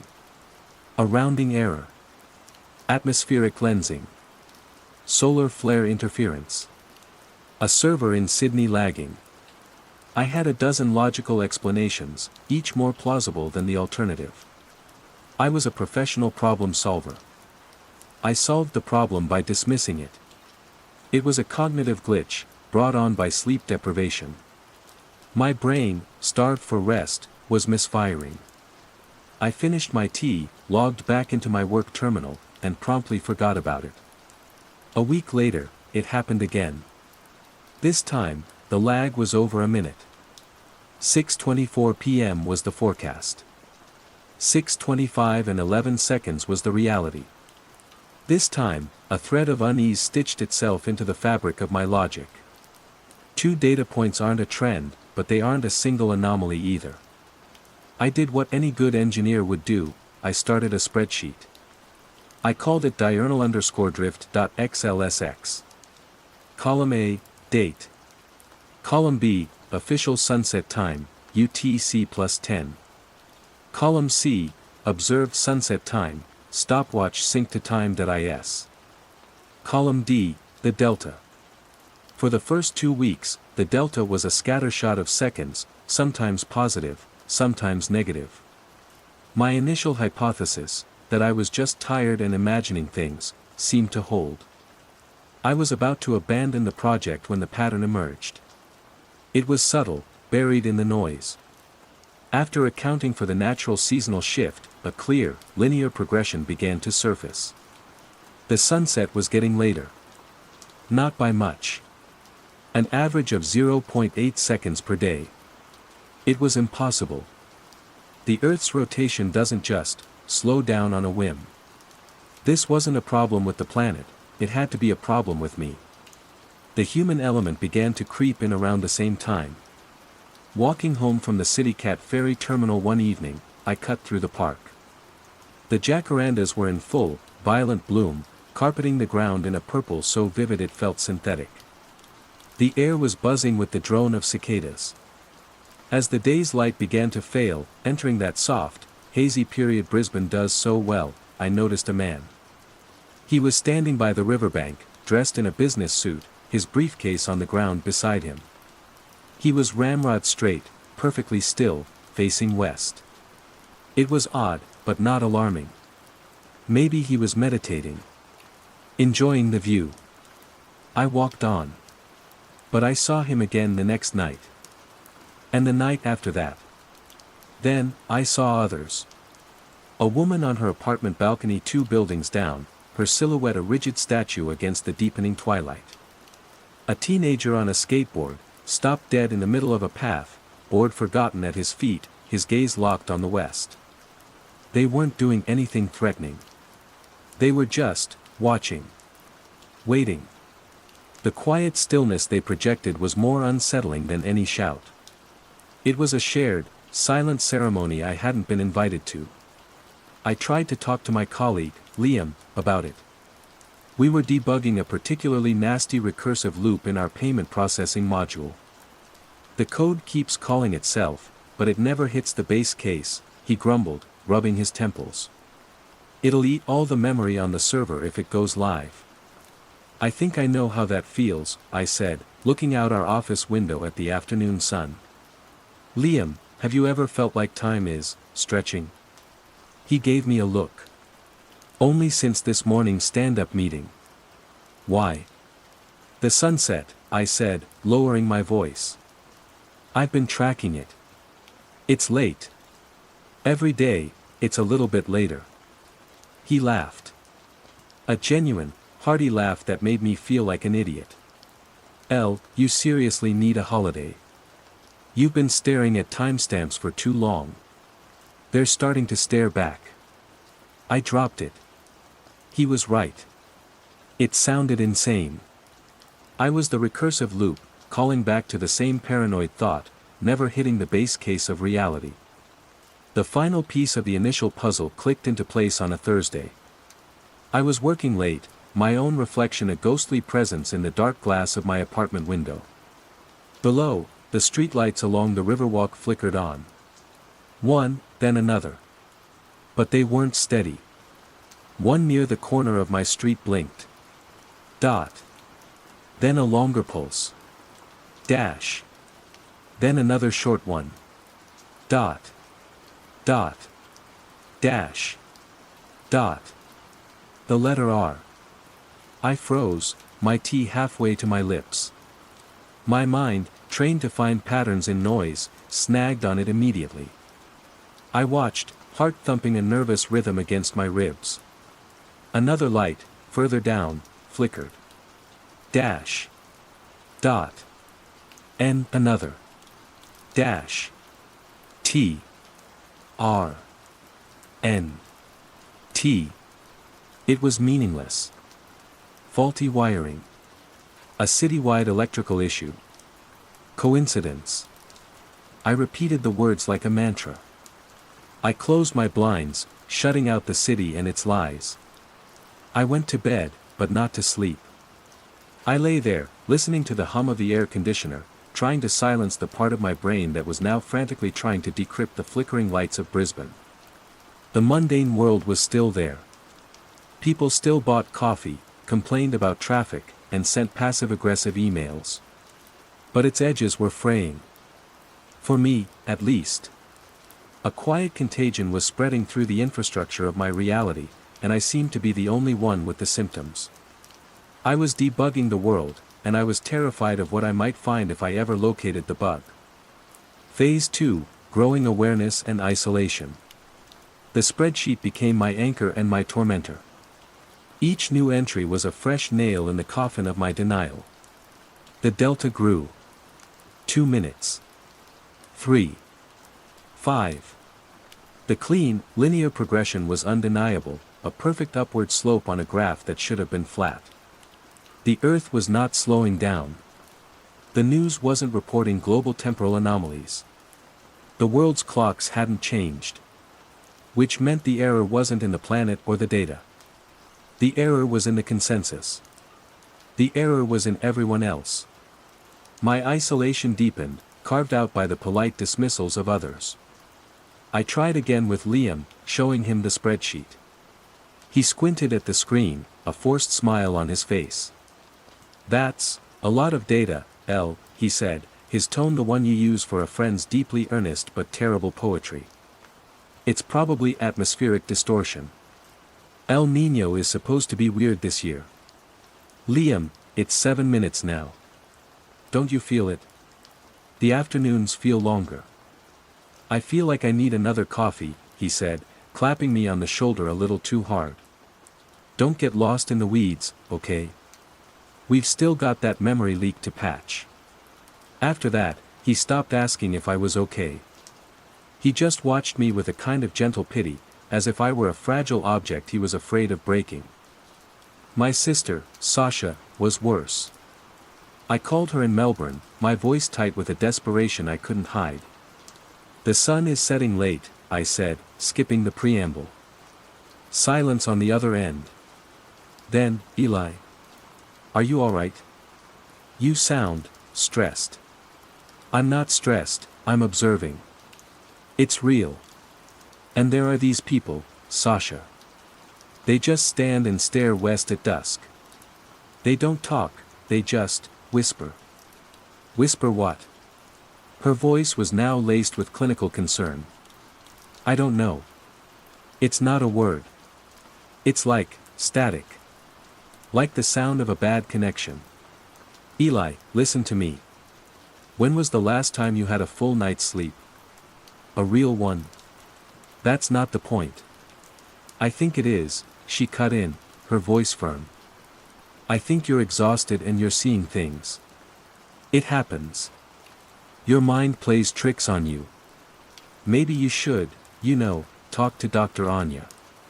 Dr. Anya was the therapist I'd seen after our mother died. Bringing her up was the nuclear option. It meant Sasha wasn't just dismissing me, she was diagnosing me. I saw my reality for what it was, a tiny, flickering island, and the tide of everyone else's certainty was rising around it. I hung up, the dial tone a flat line on our conversation. The watchers, as I'd started calling them, were becoming more numerous.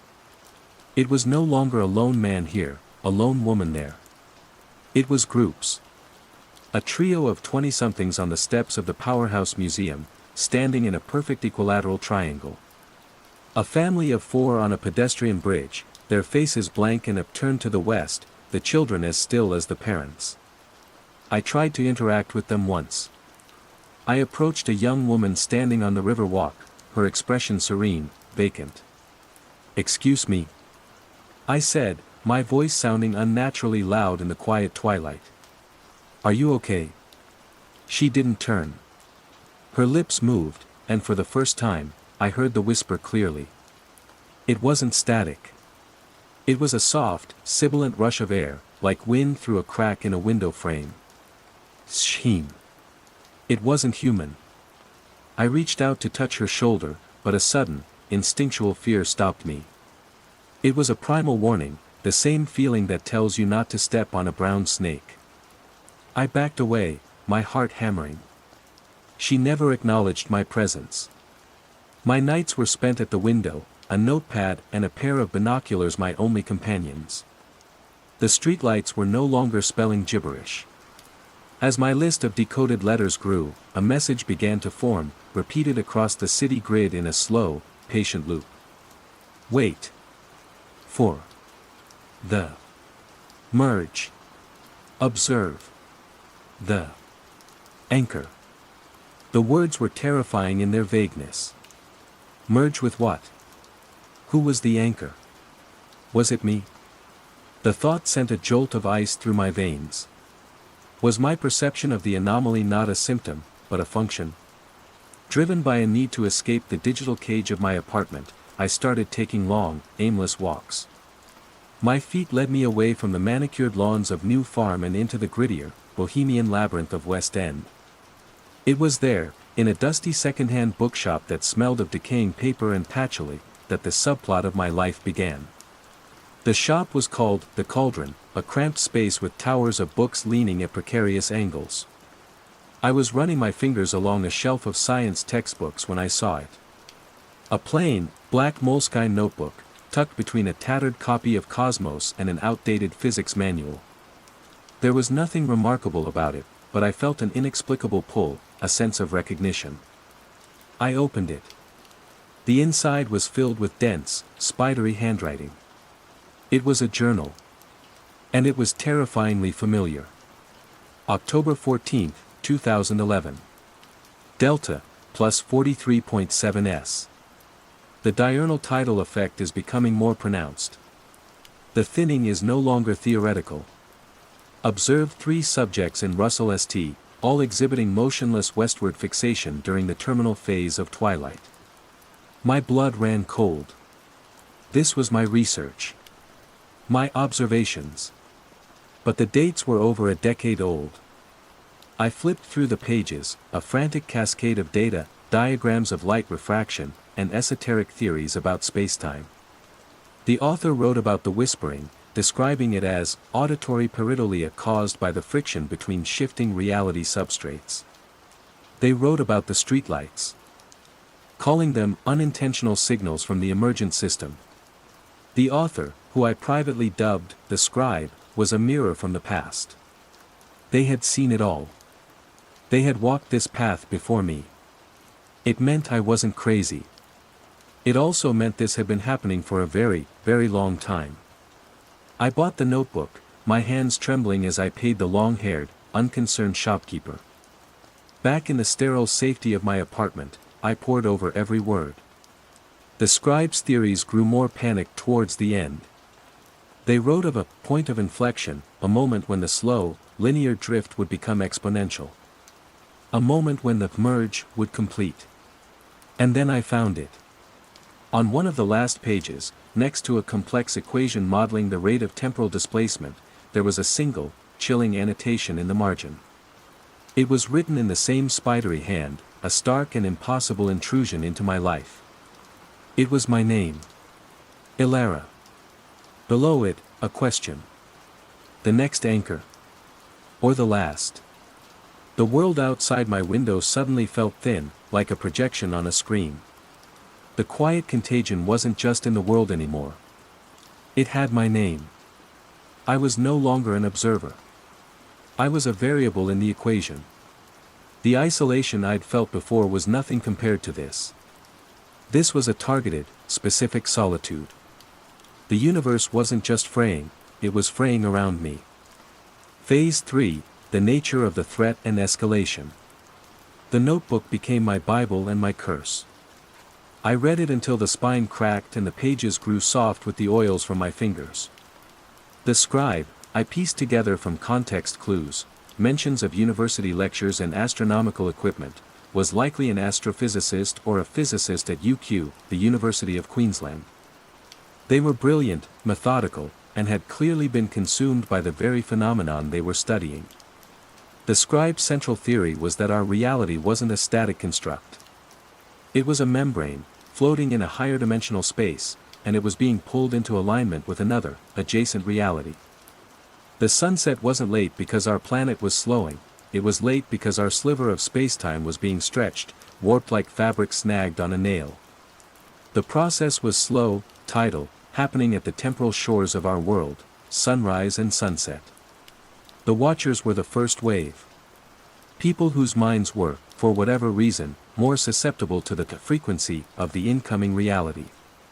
They weren't zombies, they were nodes, downloading the new operational parameters. The whispering, sheen, was the sound of that download, the friction between substrates, as the scribe had put it. And the anchor? The scribe theorized that for the final merge to happen without catastrophic failure, a total reality collapse, it needed a conscious, unmerged mind to observe it. To perceive the change and, in doing so, validate it, lock it into place. An anchor. The scribe had believed they were the anchor for their time, but they had failed, or perhaps only managed to delay the process.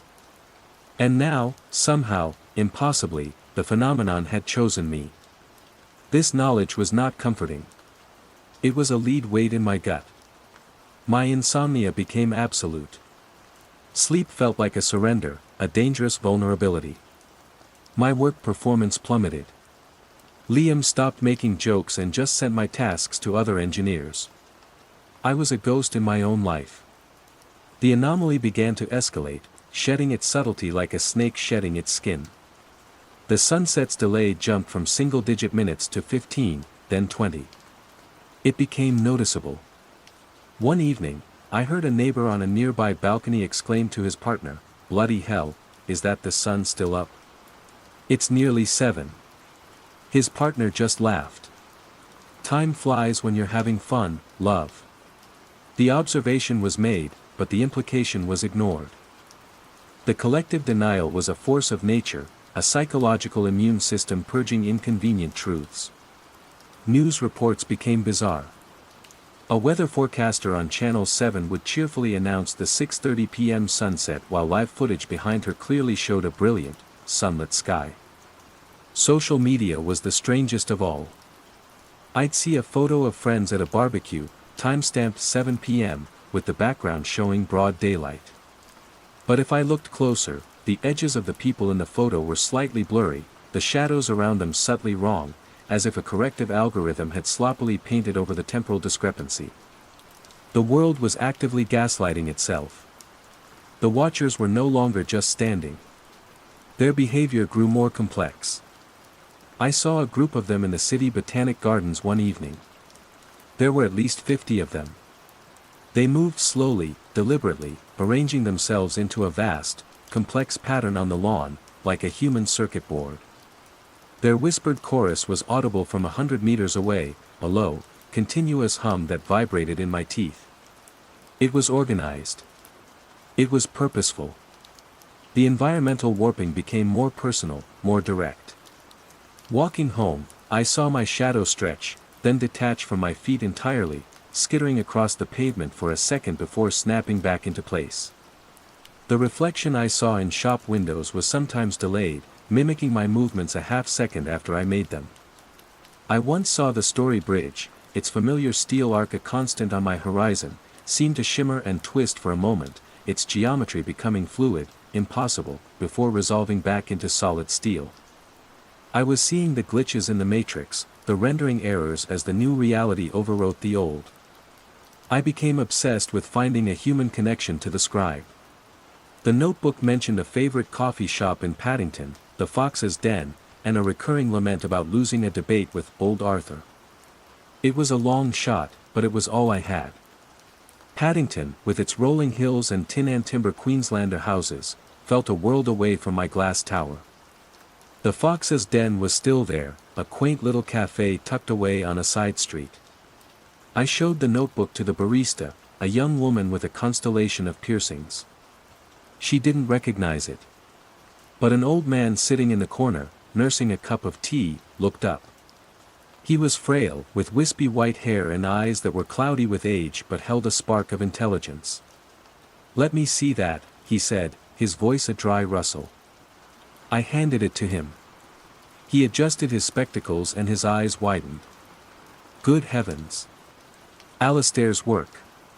Alistair? I asked, my heart seizing. Alistair Finch. Brilliant physicist. A strange man. We used to argue for hours right here in this spot. He was obsessed with, he called it, the quiet contagion. He tapped the notebook. I told him he was letting his imagination run away with him. That he was mistaking poetry for physics. It was him. Arthur. For an hour, I felt a profound, intoxicating relief. I wasn't alone. I told him everything, the sunsets, the watchers, the streetlights, my name in the book. He listened patiently, nodding, his expression a mixture of awe and dawning horror. He always said it would need a new observer, Arthur murmured, looking at me with new eyes. He said his own perception was becoming saturated. He thought he was failing to hold the line. What does that mean? I pleaded. What line? The line between what is, and what is, coming. As he spoke, the light outside began to fail. Twilight was falling. Arthur's gaze drifted towards the window. A familiar stillness came over him. Arthur? I said, my voice trembling. He didn't respond. His eyes glazed over, his posture became rigid. He was facing west. A soft, sibilant whisper escaped his lips. Sheen. My one potential ally, my link to the past, was gone. He had been a watcher-in-waiting all along. The contagion wasn't just for strangers, it was for anyone. It was for everyone. I backed away, leaving my tea untouched on the table. The hope that had bloomed in my chest withered and died. I was utterly, irrevocably alone. That night, the streetlights outside my apartment flickered a new message. The old loop was gone. This one was shorter, more direct, and it was repeated by every light I could see, a citywide marquee spelling out a message just for me. The anchor is set. Prepare for inflection. The notebook had predicted this. The scribe had calculated a date when the delta would reach a critical value, a point of no return. I flipped to the final, frantic pages. There it was, circled in red ink. A date, and a number. November 28, sunset plus 37 minutes. I checked my phone. It was November 27th. The inflection was tomorrow. Phase 4, confrontation/revelation and aftermath. The morning of November 28 dawned with an unnerving beauty. The sky was a flawless, cloudless blue, the air crystalline. But it felt like the pristine, sterile atmosphere of an operating theater before a momentous surgery. The world held its breath. I did not go to work.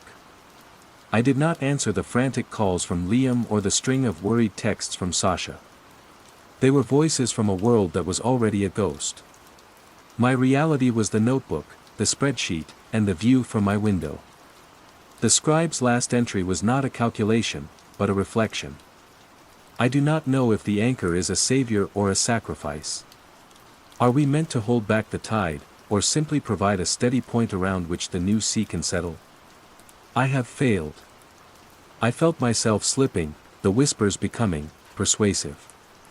The only option left is to become an island. To isolate from the network.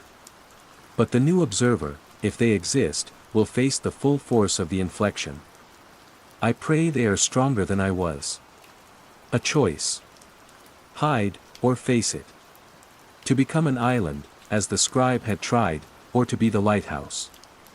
Hiding felt like a coward's death. If this was happening, if I was the designated witness, then I had to see it. I had to know. The notebook had one final clue, a note scrawled on the inside back cover: to see the whole board, you must be above it. Kuta. Mount Kuta. The place I watched the sun set over every single night. It was the highest point in the city, a panoramic lookout offering a god's eye view of Brisbane. That's where I would go. The drive there was surreal. The world felt thin, stretched taut. Traffic lights seemed to hang on amber for impossibly long periods. Other drivers had a placid, unfocused look. I felt a jarring sense of hyper-awareness, as if I were the only person truly awake, moving through a world of sleepwalkers. I reached the summit lookout as the afternoon began its long, slow decay. I expected tourists, families with ice creams. The car park was full, but the crowd was silent. It was them. Hundreds of them. The watchers. They lined the entire balustrade of the lookout, stood in silent ranks across the manicured lawns, and dotted the paths leading into the bushland. They were all here. An army of the serene. And I saw them. Near the edge, standing shoulder to shoulder, were Liam and my sister, Sasha. Liam's work lanyard was still around his neck. Sasha was holding her phone, but her thumb wasn't scrolling, it was just resting on the dark screen. Their faces, like all the others, were blank, peaceful, and turned unblinking towards the west. They didn't see me. They were logged into a different network now. Seeing them there didn't hurt. It was beyond hurt. It was a confirmation. I was the last island. I found a spot away from the main crowd, near a stone monument, my back against the cool rock. I checked my watch. The official sunset was 6:47 p.m. I waited. 6:47 p.m. came and went. The sun remained high, a defiant orb of molten gold. 7 p.m. 7:15 p.m. The sky began to blush with the first hints of color, but the sun did not set. The collective whisper of the watchers grew, a sound that wasn't just heard but felt, a low-frequency vibration that seemed to emanate from the ground itself. At 7:24 p.m., exactly 37 minutes past the scheduled time, the top edge of the sun finally kissed the distant horizon. The moment it touched, the whispering stopped. A silence fell over the mountain. A silence so absolute it was like a physical pressure in my ears. It was the sound of a system shutting down. Every watcher, in perfect, fluid unison, exhaled. And then, the light changed. It wasn't a sunset. It didn't fade. The colors didn't just deepen, they were replaced. The orange and purple I knew were gone, superseded by hues for which I had no names, a shimmering, pearlescent green, a deep, velvety indigo that seemed to absorb light, a spectrum of colors that felt alien and ancient. Textures appeared in the sky, faint geometric patterns like a watermark on the fabric of reality. The Brisbane River below me no longer reflected the sky, it glowed with a soft, internal luminescence. The world hadn't ended. It hadn't been invaded. It had been overridden. The merge was complete. The watchers stood for a moment longer in the strange, new twilight. Then, as one, they turned. Not towards me. They looked around, their faces no longer blank, but filled with a serene, placid understanding. They looked at the new sky, the glowing river, the shimmering city, as if seeing it for the first time, and for the first time, seeing it correctly. Liam smiled faintly. Sasha tucked her phone into her pocket, her movements calm and graceful. They were home. I was the alien. The relic. The scribe's question echoed in my mind. The next anchor. Or the last. I had been the anchor. My conscious, unmerged mind had been the steady point, the processing core that allowed the update to install without a system crash. My isolation, my perception, my stubborn grip on the old reality, it hadn't been a defense. It had been a tool. A function. And now my function was complete. I was left with a final choice. I could cling to my memories of the old world, a ghost haunting a home that was no longer mine, forever isolated in my own perception. Or I could let go. I could accept the new reality. I could merge. As if sensing my decision point, the streetlights in the sprawling city below began to flicker on. Not with Morse code. It was a new language, a new signal. But I understood it. The lights didn't spell out a warning or a command. They pulsed with a gentle, welcoming rhythm. They were a beacon in this strange new world, and they were shining for me. The air smelled different now, of ozone and something like blooming night flowers I had never known. The unwhisper of the new silence was calming. I stood on the precipice of my own mind, the last bastion of a forgotten world. I took a breath of the new air. It didn't feel alien anymore. It just felt real. Below, the lights of the city pulsed in a soft, steady rhythm, a silent, patient invitation. Welcome.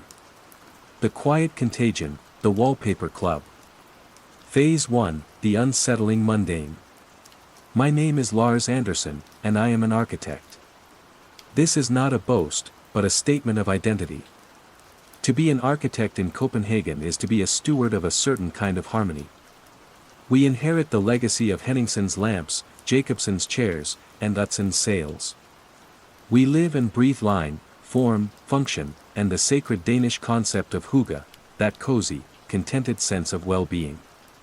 My world is, by profession and by disposition, a curated one. I find comfort in the predictable grid of the city streets, the elegant geometry of a well-designed building, the quiet logic that holds it all together. My life, like my work, was built on these principles.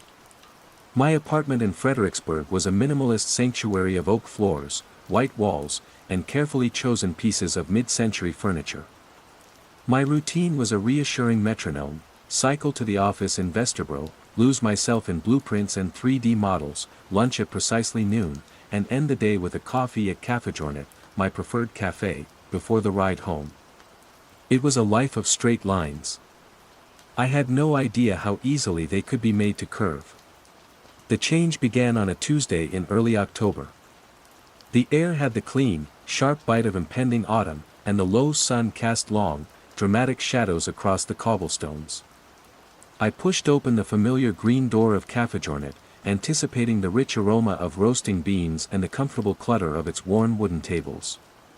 Instead, I was met with the sterile smell of fresh paint and an unnerving sense of order. The cafe had been renovated. Overnight. Soren, the perpetually flower-dusted owner, stood behind the counter, beaming. His usual chaotic energy was gone, replaced by a placid calm. "What do you think, Lars?" he asked, his voice smoother than I'd ever heard it. "A little refresh." My eyes scanned the room, my architect's brain cataloging the changes. The charmingly mismatched chairs had been replaced with identical, sleek black ones. The old bar had been resurfaced. But it was the walls that held my gaze. The familiar, peeling cream paint was gone, covered by wallpaper. It was, I had to admit, tasteful. At first glance, it appeared to be a complex botanical pattern in shades of moss green, charcoal, and a strange, muted gold that seemed to drink the light. It had an Art Nouveau quality, a tangle of stylized leaves and swirling fronds. I stepped closer, my professional curiosity piqued. That's when the first flicker of unease struck. The pattern was intricate, mesmerizingly so. The lines flowed into one another with a fluid, organic logic, but as I tried to find the repeat, the point where the design began again, I couldn't. It seemed to be a single, continuous, impossibly complex image. My eyes followed a stem that coiled like a serpent, branching into leaves that were not quite symmetrical, then dissolving into a swirl that seemed to subtly shift as I stared at it. It felt alive.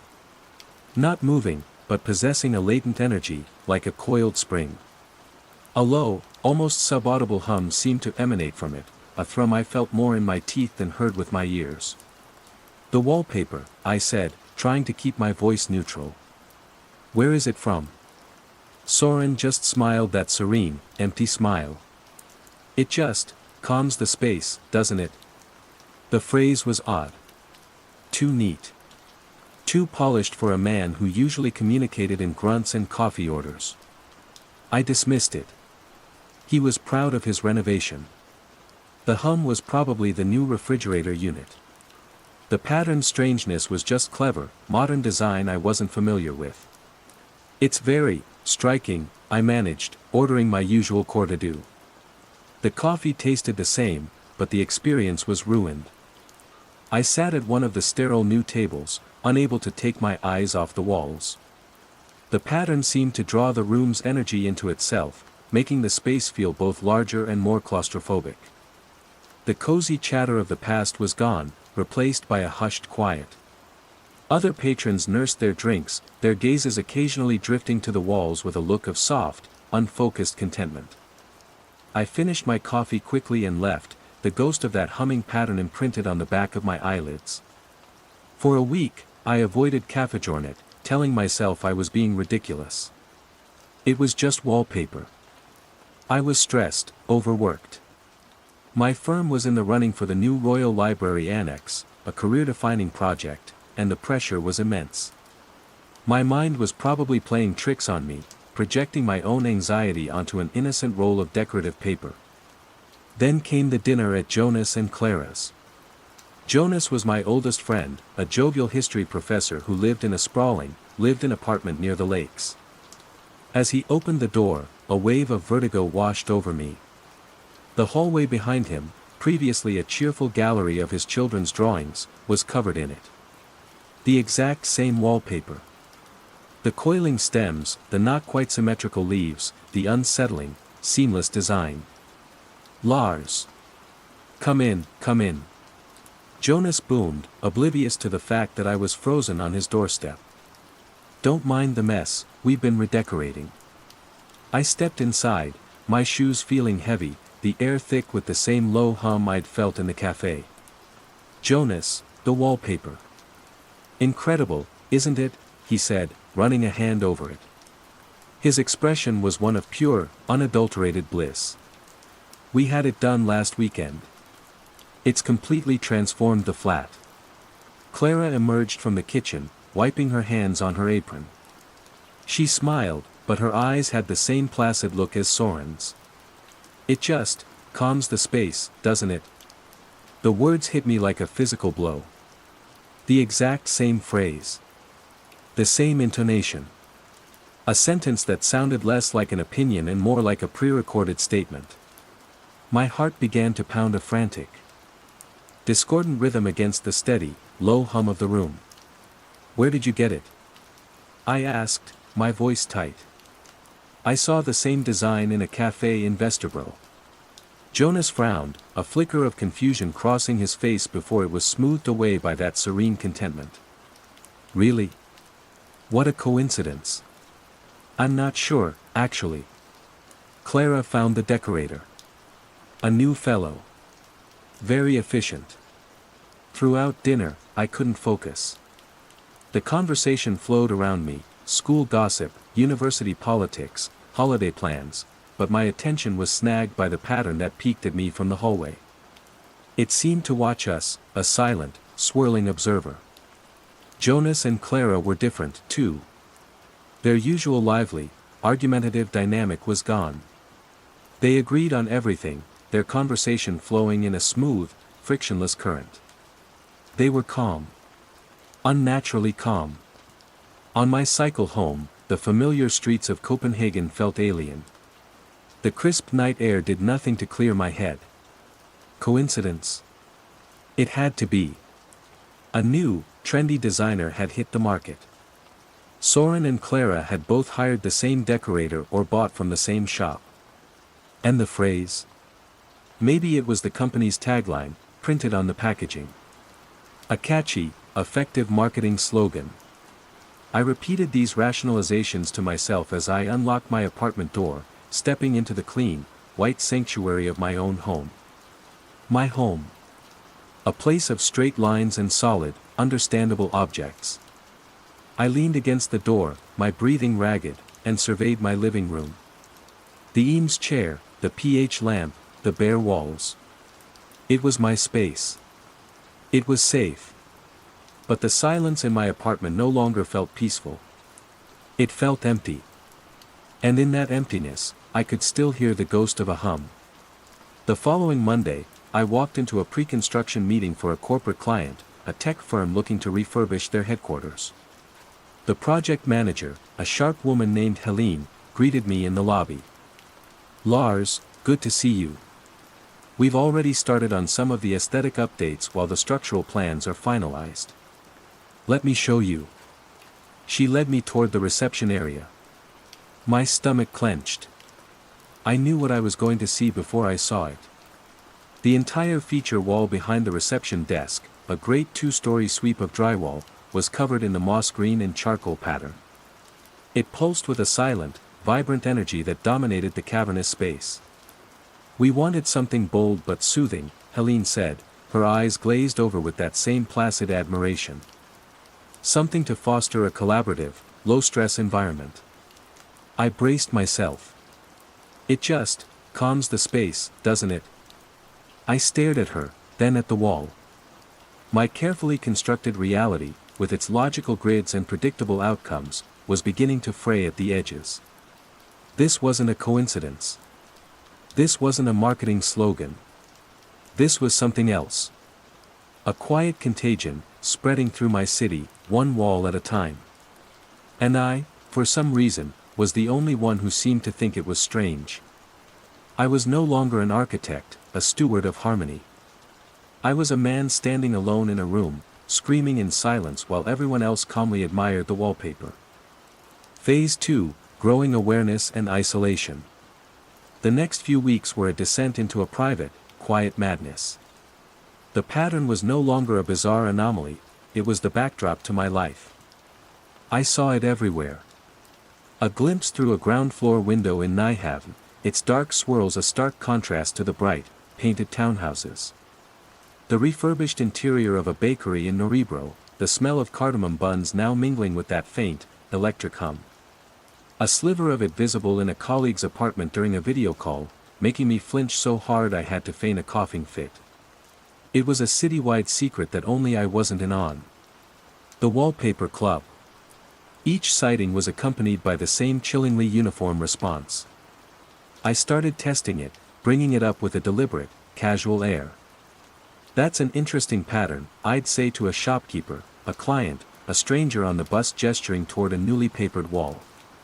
And the reply, always delivered with a soft, beatific smile, was always the same. "It just calms the space, doesn't it?" There was no variation. "No, I think so," or "my wife picked it out." Just the phrase, delivered like a password. When I tried to push further, "Who is the designer? What's it called?" I was met with a placid fog of non-information. A shrug. A vague, "I'm not sure." Their eyes would unfocus for a second, as if accessing a file and finding it corrupted, before the serene calm returned, the question dismissed and forgotten. They weren't being evasive, it was as if the information simply didn't exist for them. The pattern was a fact of their environment, as fundamental and unquestionable as gravity.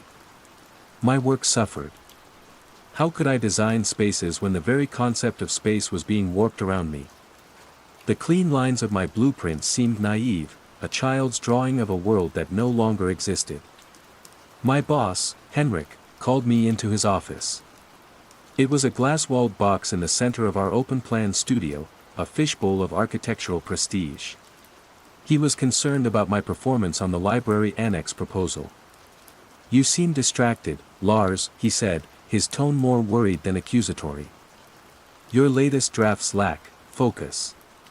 Are you all right?" I looked past him, through the glass, at the far wall of our own office. It was still the industrial chic exposed brick it had always been. For now. "I've been noticing something," I started, my voice low. "A design element. A wallpaper. It's appearing all over the city." Henrik leaned forward, intrigued. "Oh. A new trend? Who's the maker?" This was my chance.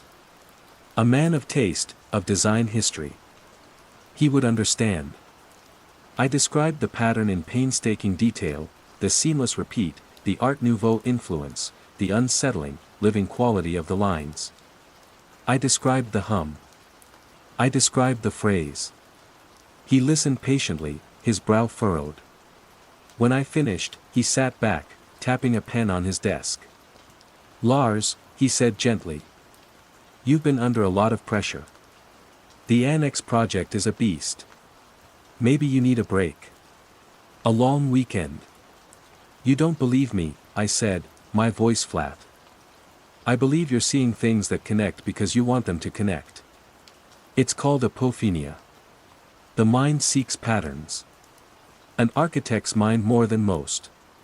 He smiled, a kind, rational, terribly condescending smile. "Go home. Get some rest.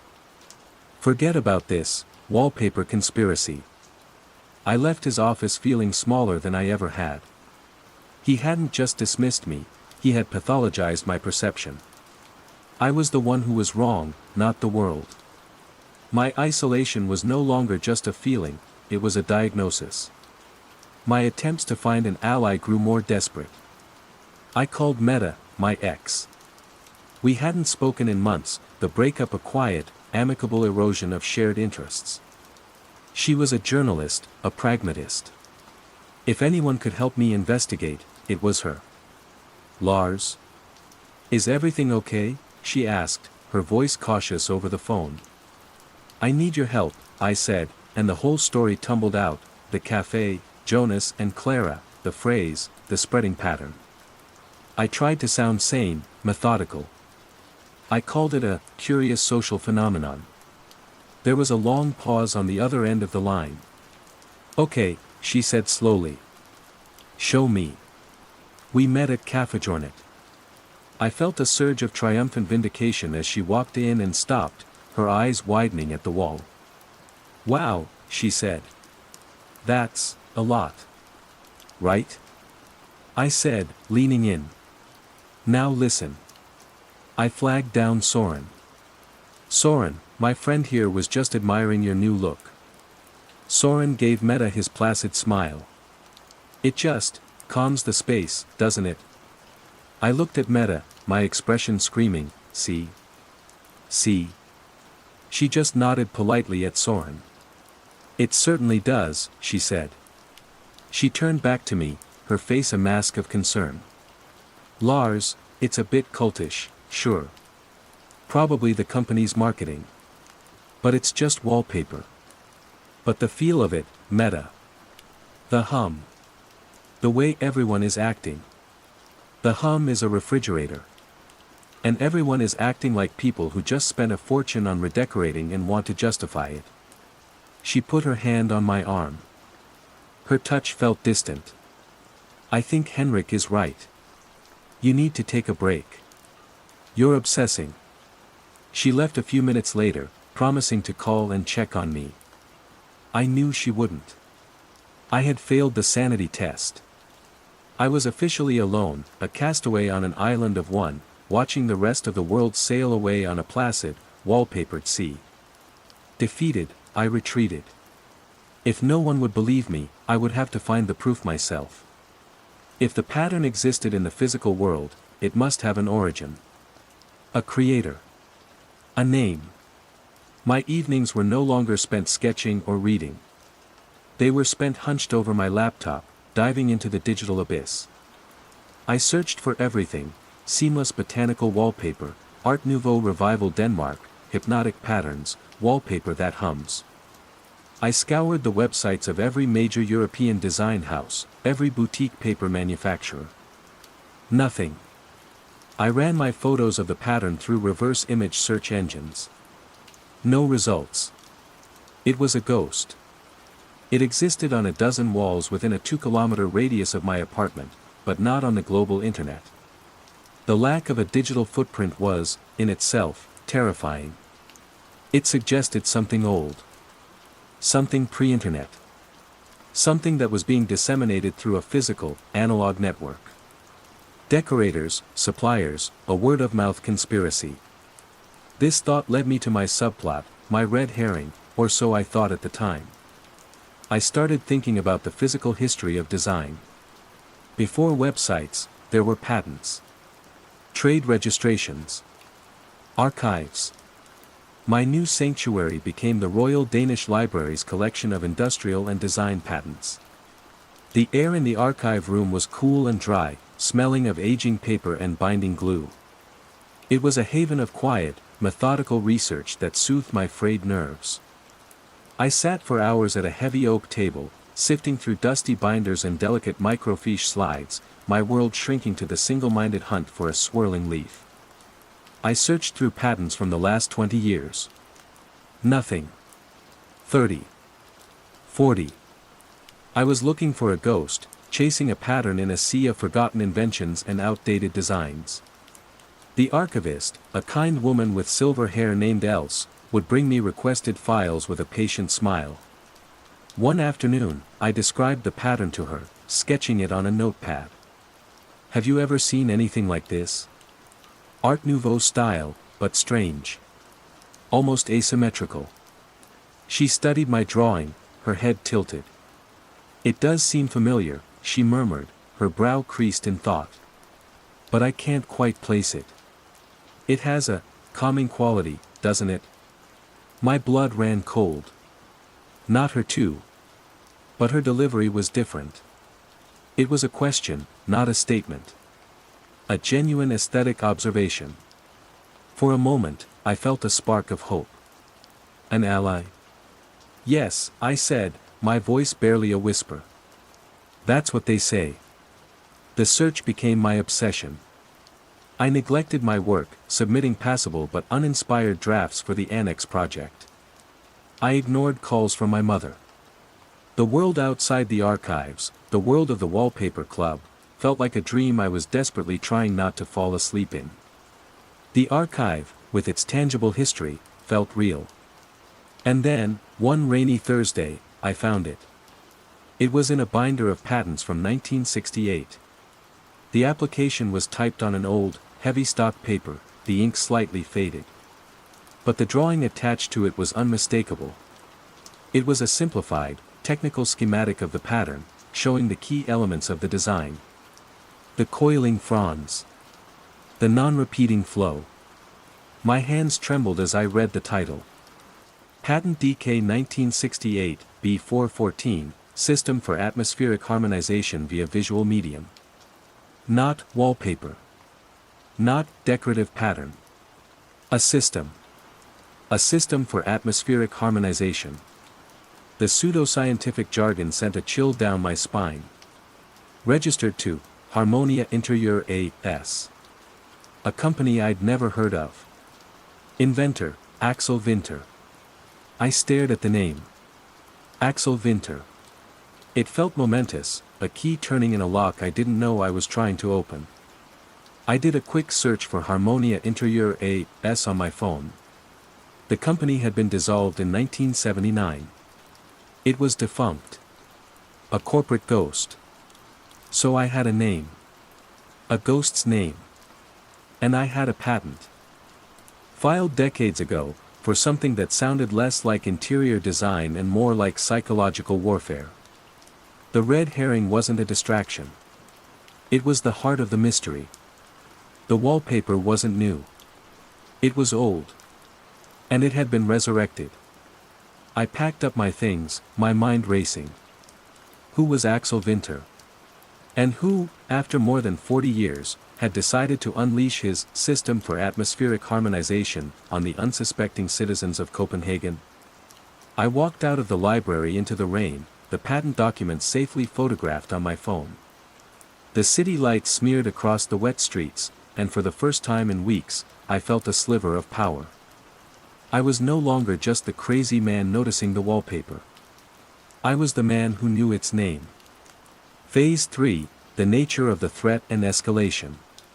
Axel Winter. The name echoed in the silent spaces of my apartment. It was the first solid thread I could pull. My investigation shifted from a broad, frantic search to a focused, almost archaeological dig into one man's life.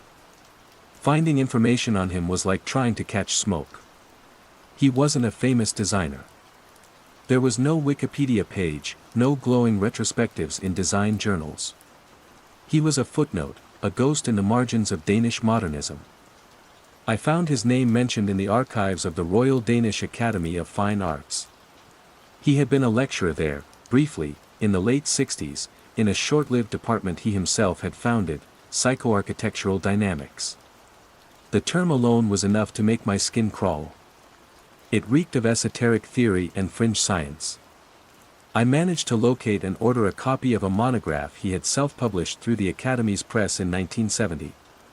It was titled The Silent Room, Inducing Social Cohesion Through Environmental Design. When the slim, yellowed volume arrived, I devoured it in one night. It was not the ranting of a madman. It was worse. It was the calm, lucid, deeply researched work of a visionary who had strayed into terrifying territory. Winter wasn't interested in aesthetics for beauty's sake. He saw the growing anxieties of the modern world, political polarization, social unrest, individual neurosis, as a design flaw. A problem to be solved. He wrote about geometric patterns in nature, about the mathematical constants that govern the growth of a fern or the spiral of a seashell.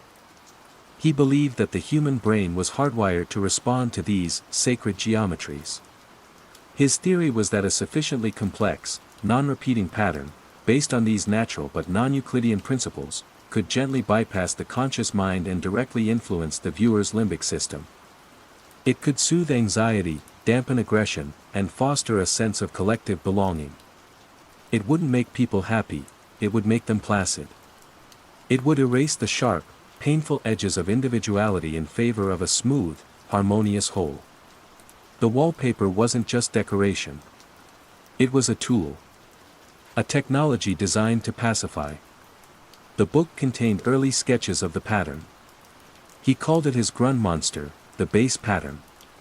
He wrote about the precise shades of color needed to induce the right neurological state, the subtle hum being a theorized bioresonant frequency generated by the pattern's interaction with the human optic nerve. The phrase, "It just calms the space, doesn't it?" was in the book. Winter proposed it as a benign verbal anchor, a simple, agreeable statement that would reinforce the pattern's psychological effect when spoken and heard. It was a feedback loop. Reading Winter's words, I felt a profound horror. He wasn't evil. He was a utopianist. He had seen the chaos of the world and invented a cure that was worse than the disease. He wanted to save humanity from itself by gently, quietly, erasing it. The question remained, Winter was likely long dead. His company was gone. Who was printing the wallpaper now? Who was installing it? As I wrestled with this, the contagion escalated.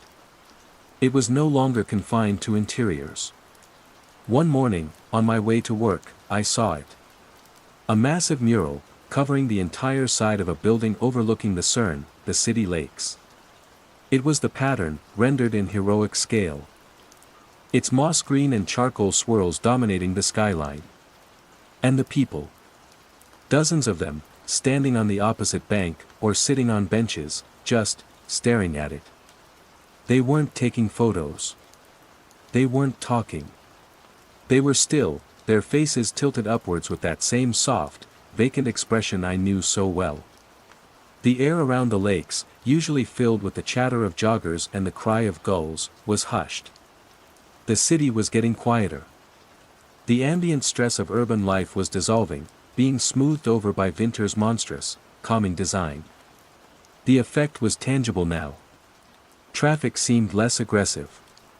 The frantic rush-hour ballet of bicycles was slower, more orderly.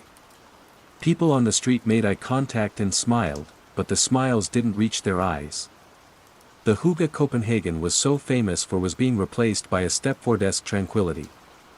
My own world continued to shrink. At the office, Henrik announced that he'd hired a firm to refresh the studio's aesthetic.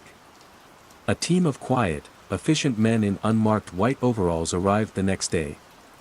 They began putting up the wallpaper on the main wall of our studio. My colleagues were delighted. "It's so bold. What a great choice, Henrik." Then, one by one, as they stood back to admire the work, the phrase emerged. "It just calms the space, doesn't it?" I felt a panic so profound it was almost paralyzing. I had to get out.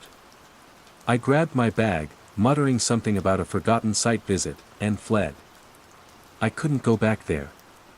My workplace was no longer safe. I needed an ally, one last desperate attempt. I thought of Else, the archivist. She had recognized the pattern, but she hadn't used the phrase. She was my only hope.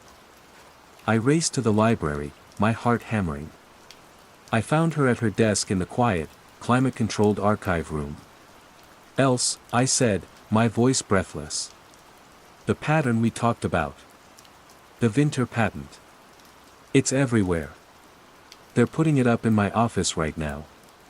She looked up at me, her kind face etched with confusion. "Lars? Are you all right? You look terrified. You have to believe me. It's some kind of psychological tool. It's changing people." I pulled out my phone, ready to show her the photos of the mural, the crowds, the passages from Winter's book I had photographed. But before I could, my eyes were drawn to the wall behind her desk. A small, framed picture hung there. A print of a pastoral Danish landscape. But the matte board around the print, the thick paper border separating the art from the frame, it wasn't white. It was a small, 2-inch border of the pattern. A subtle, tasteful accent.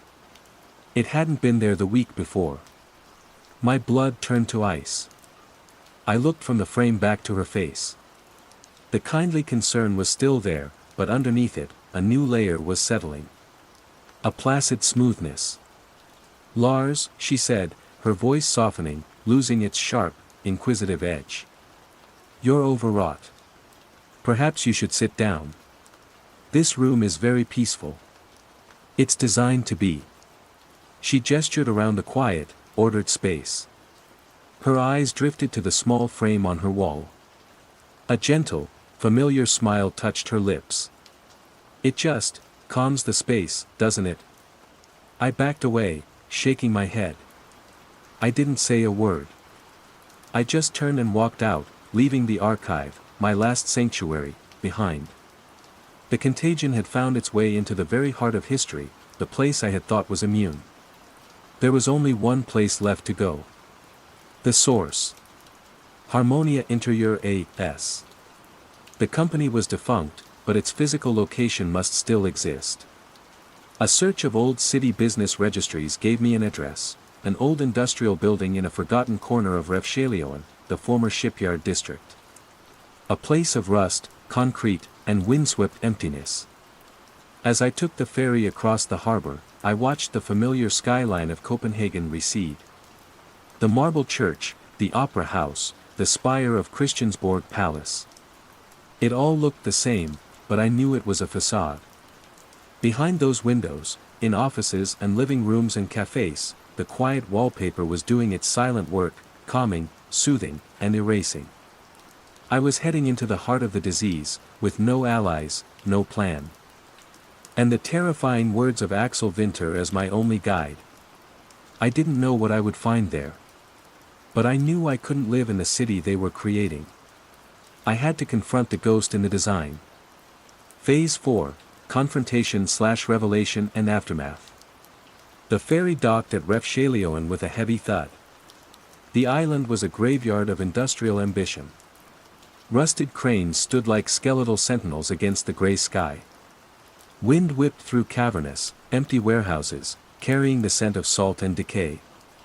The address from the registry led me to a squat, brick building at the end of a deserted road, its windows boarded up, its facade stained with decades of grime. A faded metal sign, barely legible, hung crookedly above the door, Harmonia Interieur A.S. The door was locked, but the wood around the frame was rotten. A solid shove from my shoulder sent it groaning inwards into a cavern of darkness and dust.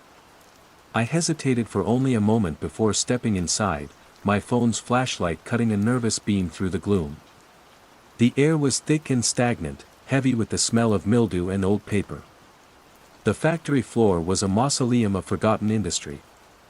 Hulking, silent machines, draped in cobwebs, stood in neat rows. I ran my light over one. It was a printing press, but a strange one, with intricate rollers and delicate-looking mechanisms.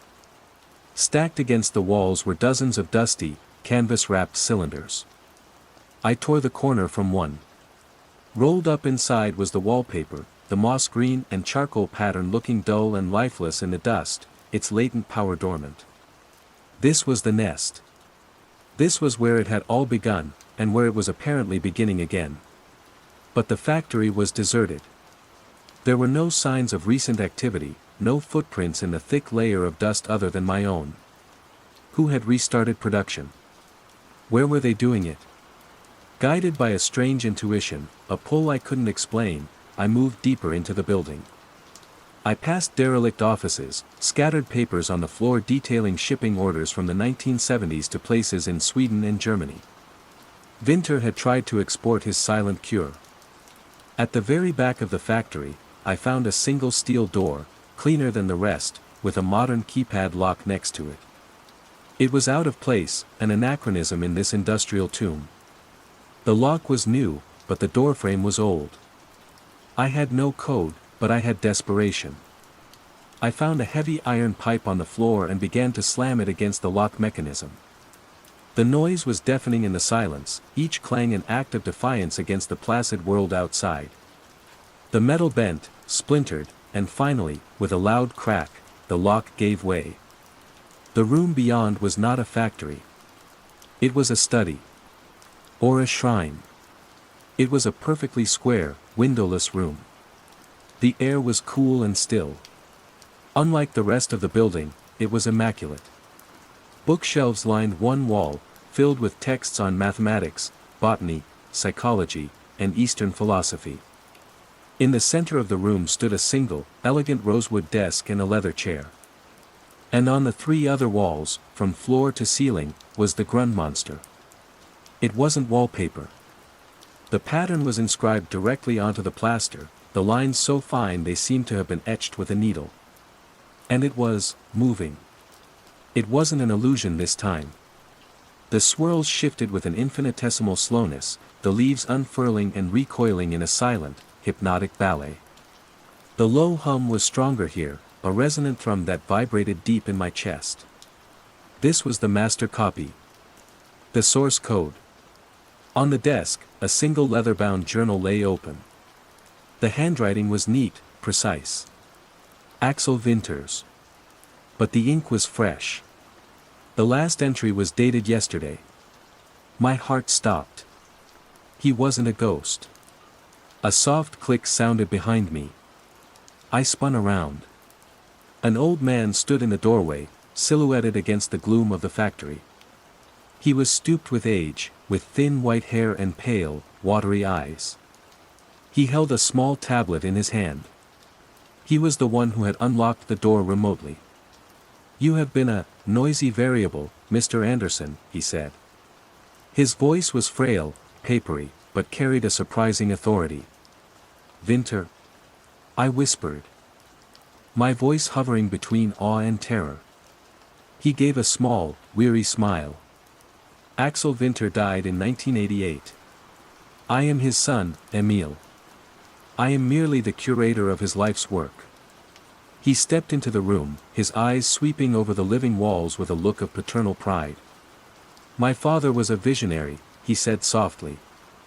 He saw the noise, the anger, the pain of the world, and he designed a solution.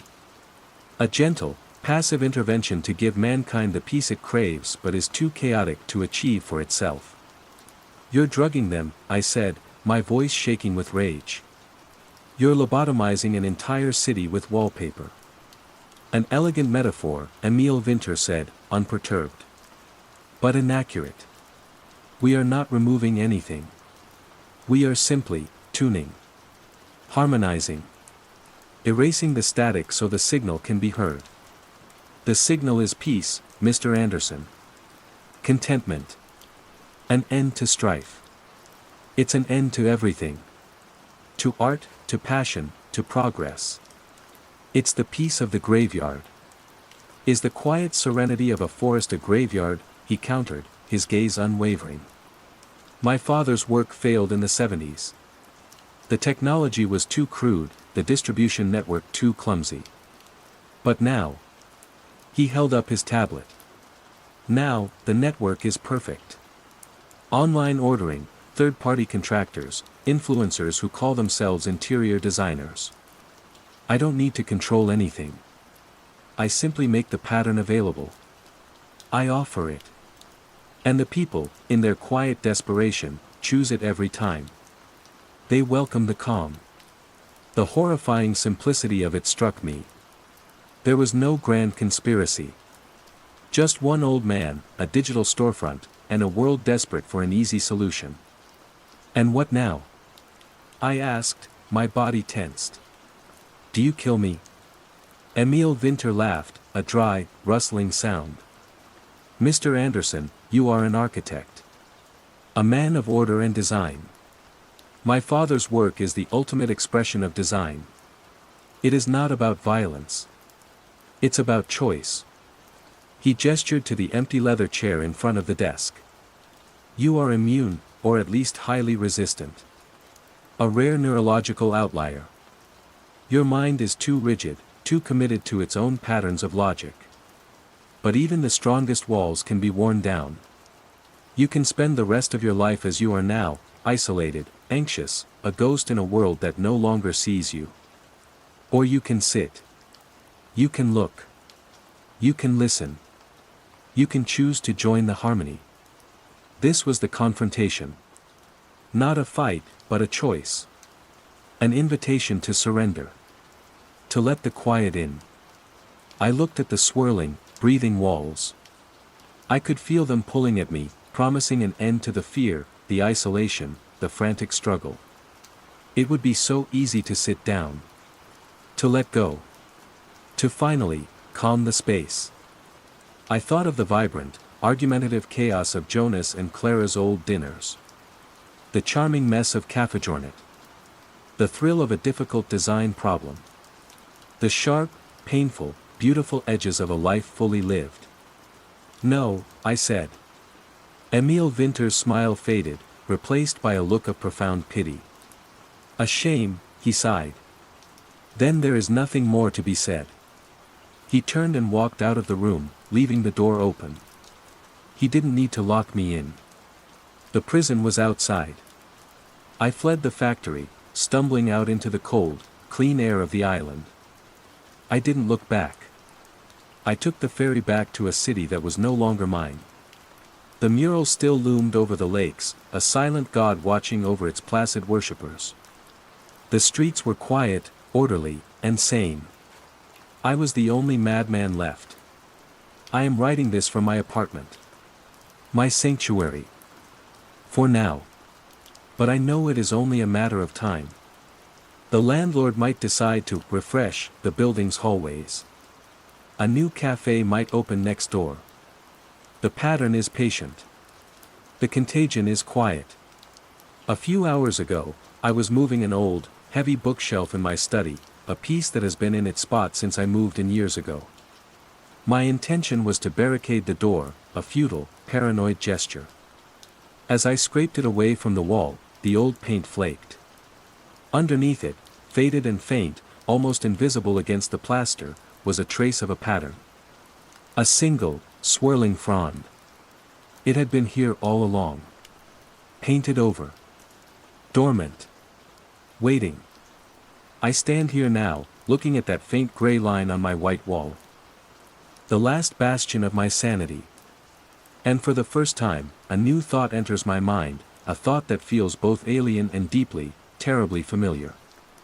The room is so quiet. So orderly. The line is so elegant. It just calms the space, doesn't it? Dead air. Phase 1, the unsettling mundane.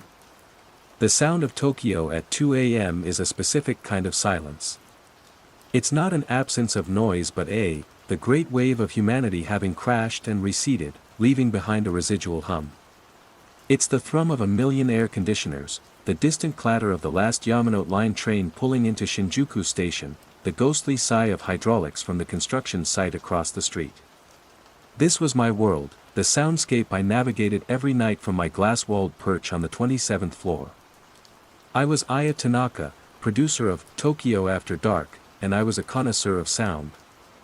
My domain was a small, acoustically perfected room, a cockpit of glowing faders, VU meters, and touchscreens. Through the triple-paned glass, I watched my host, Kenji, a man whose charisma was as manufactured and reliable as a Seiko watch. He was interviewing some indie filmmaker about the ennui of modern life, a topic we recycled every 3 months. My job was to make it sound fresh, to weave in the right stings, the right bumpers, to keep the 7-second delay between our live broadcast and the airwaves as a buffer against libel, FCC violations, or, most commonly, Kenji's own unfortunate attempts at wit. I was the ghost in the machine, the invisible hand guiding the conversation of the city. I found comfort in the control, in the predictable rhythm of a 3-hour show. The first time it happened, it was so brief I almost missed it. Kenji was laughing at his own joke, a booming, practiced sound. On my board, the meters danced in the red. Then, for a count of 3 heartbeats, nothing. Utter, absolute silence. Not the conditioned silence of a soundproofed room, but a void. The meters flatlined. The ambient hum of the studio equipment, a sound I knew like my own breathing, vanished from my headphones. 3 seconds. Then, as if a switch had been flipped, Kenji's laughter echoed back into my ears, the tail end of it, the system catching up. I glanced at my main screen. The delay was still holding at a steady 7.0 seconds. Impossible. A 3-second drop should have been caught, smoothed over. I buzzed the engineer's booth. Sato-san, did you see that drop? Sato-san, a man who had been engineering radio since before I was born, leaned into his microphone. His voice was a gravelly reassurance. Saw it, Tanaka-san. Satellite handshake flutter. Happens once in a blue moon. Don't worry, it's already corrected. A satellite flutter. It was a plausible, boring, technical explanation. I accepted it. The show moved on. I moved on. But the memory of that perfect, depthless silence lingered. It wasn't empty, it felt full. Waited. I lived alone in a small apartment in Kichijoji, a place that felt a world away from the neon canyons of Shinjuku. My life was a neat loop: work, train, sleep, repeat. My personal relationships were as carefully managed as my audio levels, a few friends from college I met for dinner once a month, dutiful calls to my parents in Kyoto. I preferred the clean, predictable company of audio waves. A week later, it happened again. This time, the silence lasted for 10 seconds.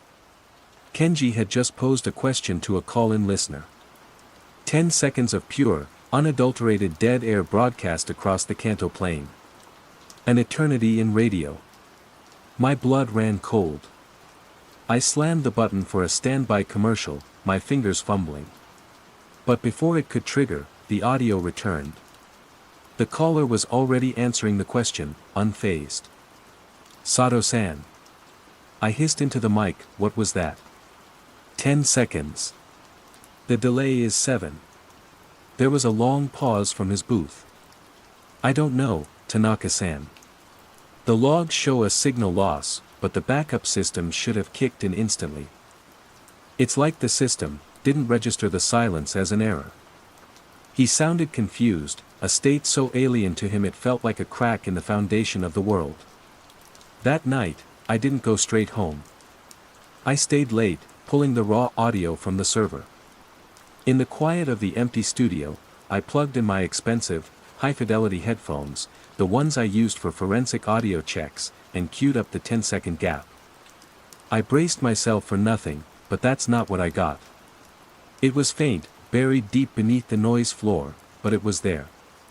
A low, resonant hum, almost subaudible, like the sound of a massive electrical transformer.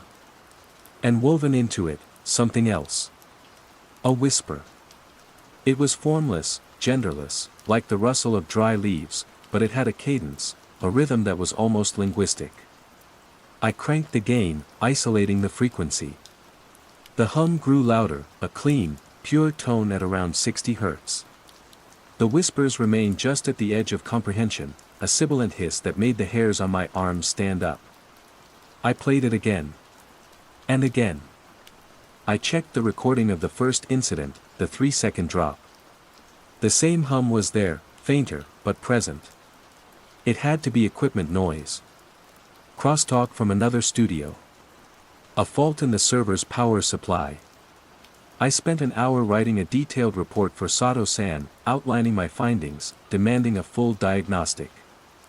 He promised to run it first thing in the morning. The next day, he called me. Tanaka-san, I've checked everything. The wiring, the servers, the console. There's nothing. The diagnostics are green across the board. There is no source for the sound you described. It must be some kind of auditory pareidolia. You're overworked. Get some rest. Auditory pareidolia. The audio equivalent of seeing faces in clouds. He thought I was imagining it. Maybe I was. I was sleeping 4 hours a night, mainlining coffee and surviving on convenience store onigiri. My world was sound. Perhaps my brain was just filling in the blanks when it encountered a true void. But the silence kept coming. Night after night. Sometimes a few seconds, sometimes half a minute. It became a strange, unscheduled feature of our broadcast. I tried to patch it, to play music over it, but my fingers would hesitate. There was a strange inertia to it, a feeling that I would be interrupting something important. Then the emails and calls started. At first, it was just a few. That moment of silence in your show was so peaceful, one email read. I was driving on the Shotoko Expressway and it was like the whole city went quiet with me. Very powerful. Another caller, a young woman, said, I love the quiet parts. It's the only time my tinnitus stops.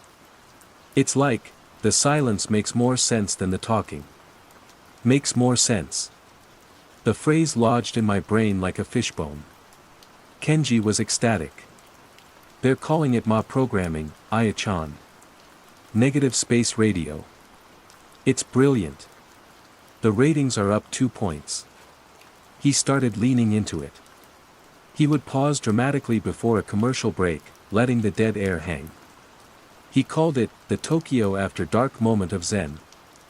I felt a rising tide of nausea. He didn't hear what I heard. To him, it was a gimmick. To me, it was a presence. A contagion of quiet spreading through the airwaves. My meticulous, controlled world was fraying at the edges. I started seeing the effect in the city. A woman on the train, her head tilted slightly, her eyes unfocused, as if listening to a distant station. A salaryman standing on a street corner, perfectly still amidst the pedestrian scramble, a serene, placid smile on his face. Were they just tired? Or were they, too, listening to the silence? I began keeping a private journal, a log of the incidents, on a password-protected file on my laptop. I transcribed the whispers I could pull from the recordings, though they remained gibberish: circuit, vessel, frequency. I felt a profound, creeping isolation. I was the only one who seemed to notice that the silence wasn't empty. I was the curator of a sound no one else could hear, the guardian of a gate no one else knew was open. My grip on reality felt tenuous, like holding a signal from a distant star. Wondering if it was real or just static in my own head. My sanctuary, the world of sound, had become my prison. And something was whispering to me from the other side of the bars. Phase 2, growing awareness and isolation. The Ma became the new normal. What had once been a terrifying anomaly was now a scheduled feature. Kenji would gesture to me through the glass, a wide, beatific smile on his face, and I would let the silence roll. 30 seconds. A minute.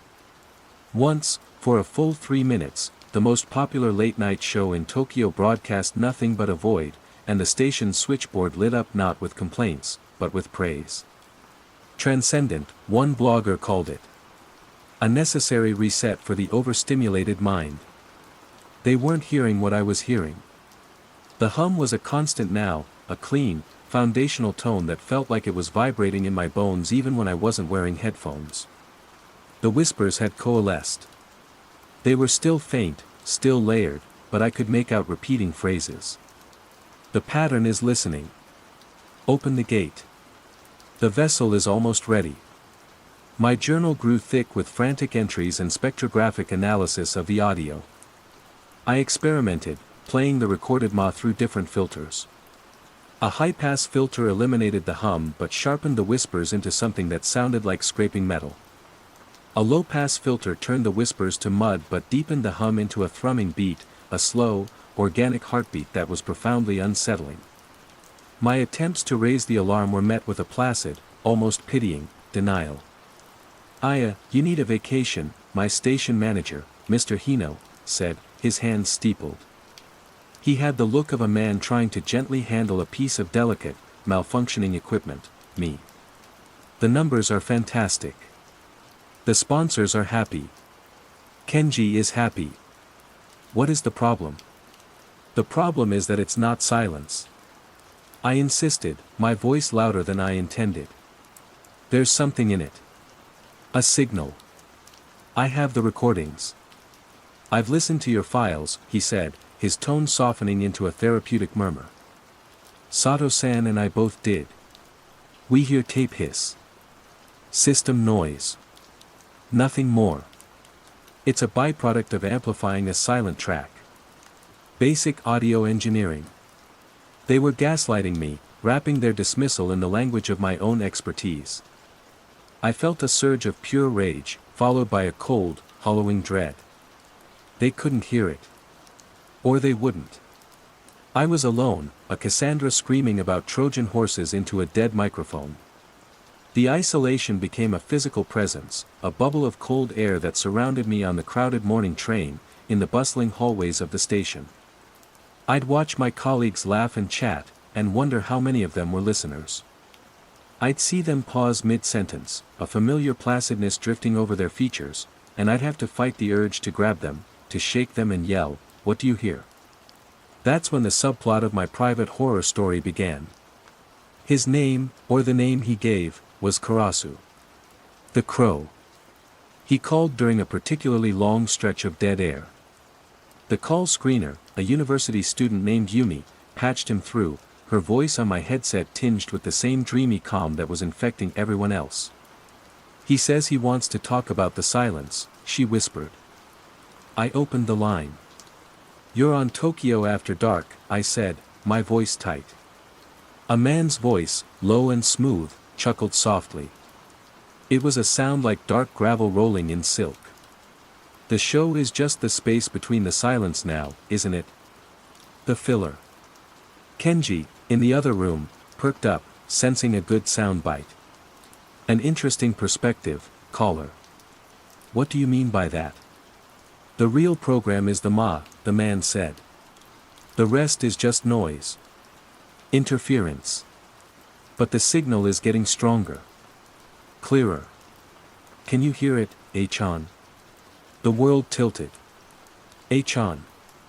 My heart hammered against my ribs. No one had called me that in 20 years. It was a name from my childhood, a name my grandmother used, a name buried under decades of formality and adult life. My parents hadn't even used it since I was a teenager. It was a name that did not exist in my Tokyo life. I hadn't used it on air. Not in my bio, not anywhere. My finger jabbed the dump button, cutting him off, wiping the last 7 seconds from the broadcast before the name could hit the airwaves. Kenji shot me a furious look through the glass. Technical difficulties with that line, I announced, my voice trembling. We'll be right back after this. I fired a commercial into the system. What the hell, Aya? Kenji's voice crackled in my headset. He was gold. Why did you cut him? He was a crank, I stammered, my mind racing. How? How did he know that name? Was it a coincidence? A 1 in a billion chance? The next night, he called again. I saw the name Karasu on Yumi's screen and my blood turned to ice. I took the call myself before she could patch him to the main board. How do you know that name? I whispered, my hand cupped over the microphone. You're the antenna, A-chan, the silky voice purred. You were the first to be tuned. You resonate with the primary frequency. I've been listening to you for a very long time. Not just on the radio. A cold sweat broke out on my forehead. Was he stalking me? Had he gone through my family's old photo albums in Kyoto? The paranoia was a physical thing, a tightening in my chest. Who are you? Just a fellow listener, he said, and then he began to hum. It was the hum.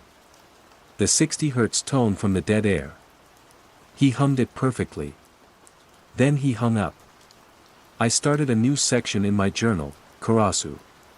I researched everything. Digital voice masking, call spoofing, data mining. There were 1,000 ways he could have found my name, but none of them felt right. The explanation felt bigger. Weirder. The contagion was subtly reshaping the world around me. It was in the little things. The musical chimes that announce arrivals at Shinjuku Station began to sound slightly off-key to me, their cheerful melody warped into a dirge. The texture of the soundproofing foam in the studio seemed to writhe in my peripheral vision. I saw a group of teenagers sitting in a circle in Yoyogi Park, not talking, not looking at their phones, just staring into the middle distance, all swaying in a slow, barely perceptible rhythm. The breaking point came on a Tuesday. I was exhausted, having spent all night trying to decipher a new phrase from the whispers, the architect dreams of the city. I was reviewing the previous night's broadcast, and there was a 22-second block of Ma. I isolated it, filtered it, cranked the volume. And then I heard it. Clear as day, layered over the hum and the whispers, was my own voice. It was calm, confident, and utterly alien. The circuit is almost complete, it said. The vessel is ready to receive. I threw my headphones across the room as if they were on fire. I had no memory of saying those words. None. It wasn't a deep fake, the cadence, the breathing, it was mine. It was my voice, saying things my mind had never conceived. The line between observer and participant had been erased. The quiet contagion wasn't just something I was hearing on the radio anymore. It was inside my studio. It was inside the city. And now, it was inside me. I was no longer just the producer. I was part of the broadcast. My research shifted from technical glitches to more esoteric subjects. I fell down rabbit holes of extra-dimensional theory, of broadcast consciousness, of acoustic resonance affecting perception. I found old, untranslated pre-war texts about Kodadama, the Japanese belief that mystical powers dwell in words and sounds. One passage spoke of a Utsurobyun, an empty vessel, a hollow ship that came from the sea, and of the strange music that emanated from it. Was that what our show had become? An Utsurobyun broadcasting a hollow sound, a new music that was rewriting the city, one listener at a time? And this Karasu, was he a crewman? Or the captain? My apartment in Kichijoji no longer felt like a sanctuary. The hum of the refrigerator sounded like the beginning of the ma. The wind whistling through the window frames sounded like the whispers. The quiet was everywhere, waiting. The only place I felt a sliver of control was in the studio, the source of the infection, the eye of my personal storm. I had to understand what was happening. I had to confront it. But the terrifying thought that kept circling back was this: what if understanding it meant I would finally, completely, tune in? Phase 3, the nature of the threat and escalation. My investigation narrowed to a single, obsessive point: Karasu. He was the only tangible link, the only voice that acknowledged the change from the other side. Tracing his calls was a fool's errand, Sato-san, in a final act of professional courtesy before he fully drifted away, confirmed they were routed through a dizzying chain of dead-end proxies across Southeast Asia. The crow was a digital ghost. So I decided to bait him. During the next show, in a moment of dead air, I didn't just let it happen. I spoke into my private comm line to Kenji. Ask them what the silence feels like, I said, my voice cold and steady. Kenji, his eyes glazed with the serene blankness that was now his default state, nodded slowly. A good question from our producer, he murmured into his mic, for all of you listening to the quiet, what does it feel like? Call in. The board lit up instantly. The first few calls were the usual: peaceful, empty, calm. Then, the line designated for Karasu blinked. I took a deep breath and patched him through to my headset, keeping him off the air. That was a dangerous question to ask, A-chan, his voice slid into my ear, intimate and chilling. What is this signal? I demanded, foregoing any pretense. What are you broadcasting? He laughed, a low rumble. Broadcasting? Oh, no. That's thinking in the old ways. We're not adding a signal. We're removing the noise. All the meaningless chatter, the anxiety, the individuality, it's all just static. The universe has a baseline frequency. We're just helping people tune back in. We. Those of us who heard it early, he said. The architects. The listeners. The phrase from the recording echoed in my head: the architect dreams of the city. And what is the vessel? I asked, my knuckles white on the console. You should know, he purred. You helped build it. A top-rated show, a trusted voice in the night, broadcasting to millions of sleeping minds. A perfect conduit. A hollow ship to carry the new sound. He was telling me my life's work had been co-opted, that my passion and meticulousness had forged the very weapon now being used to erase the world I knew. The horror of it was dizzying. I cut the line. The contagion was no longer subtle. It was the new texture of life in Tokyo. The behavioral loops were everywhere. On my morning commute, I saw a man in a crisp suit standing before a vending machine, repeatedly inserting and retrieving the same 100 yen coin, his movements smooth and rhythmic, his face utterly blank. At a ramen shop, the chef stirred a pot of broth with a perfect, metronomic cadence, his eyes fixed on a point in the middle distance, long after the broth needed stirring. They weren't zombies, they were optimized. Their chaotic, human tics replaced by a quiet, streamlined purposefulness. The loss of concepts was more insidious. I tried talking to Yumi, the call screener, about a movie we'd both loved. She just smiled vaguely. I don't remember that, she said, not with the frustration of a forgotten memory, but with the calm assurance that it had never existed at all. It wasn't just a memory, the entire cultural touchstone had been excised from her mind, replaced with a placid void. Kenji was the most profound transformation. His on-air persona, once a babbling stream of anecdotes and opinions, had become minimalist, profound. He would introduce a topic, then fall silent, letting the ma do the talking. Let's consider the concept of ambition, he'd say, and then, nothing. 20 minutes of dead air. And the listeners, in their calls, would thank him for the space to contemplate. He was a high priest of emptiness. My one potential ally, Sato-san, was lost to me. I cornered him in the engineering bay, holding my laptop with the recording of my own disembodied voice. Sato-san, please. You have to listen to this with the spectral analyzer. You'll see the vocal fingerprint. He took the laptop, but he didn't look at the screen. He looked at the VU meter on the main console, which was currently flatlined during a segment of Ma. A faint smile touched his lips. It's such a clean signal, Tanaka-san, he murmured, his eyes full of a strange, devotional light. Perfect sine wave.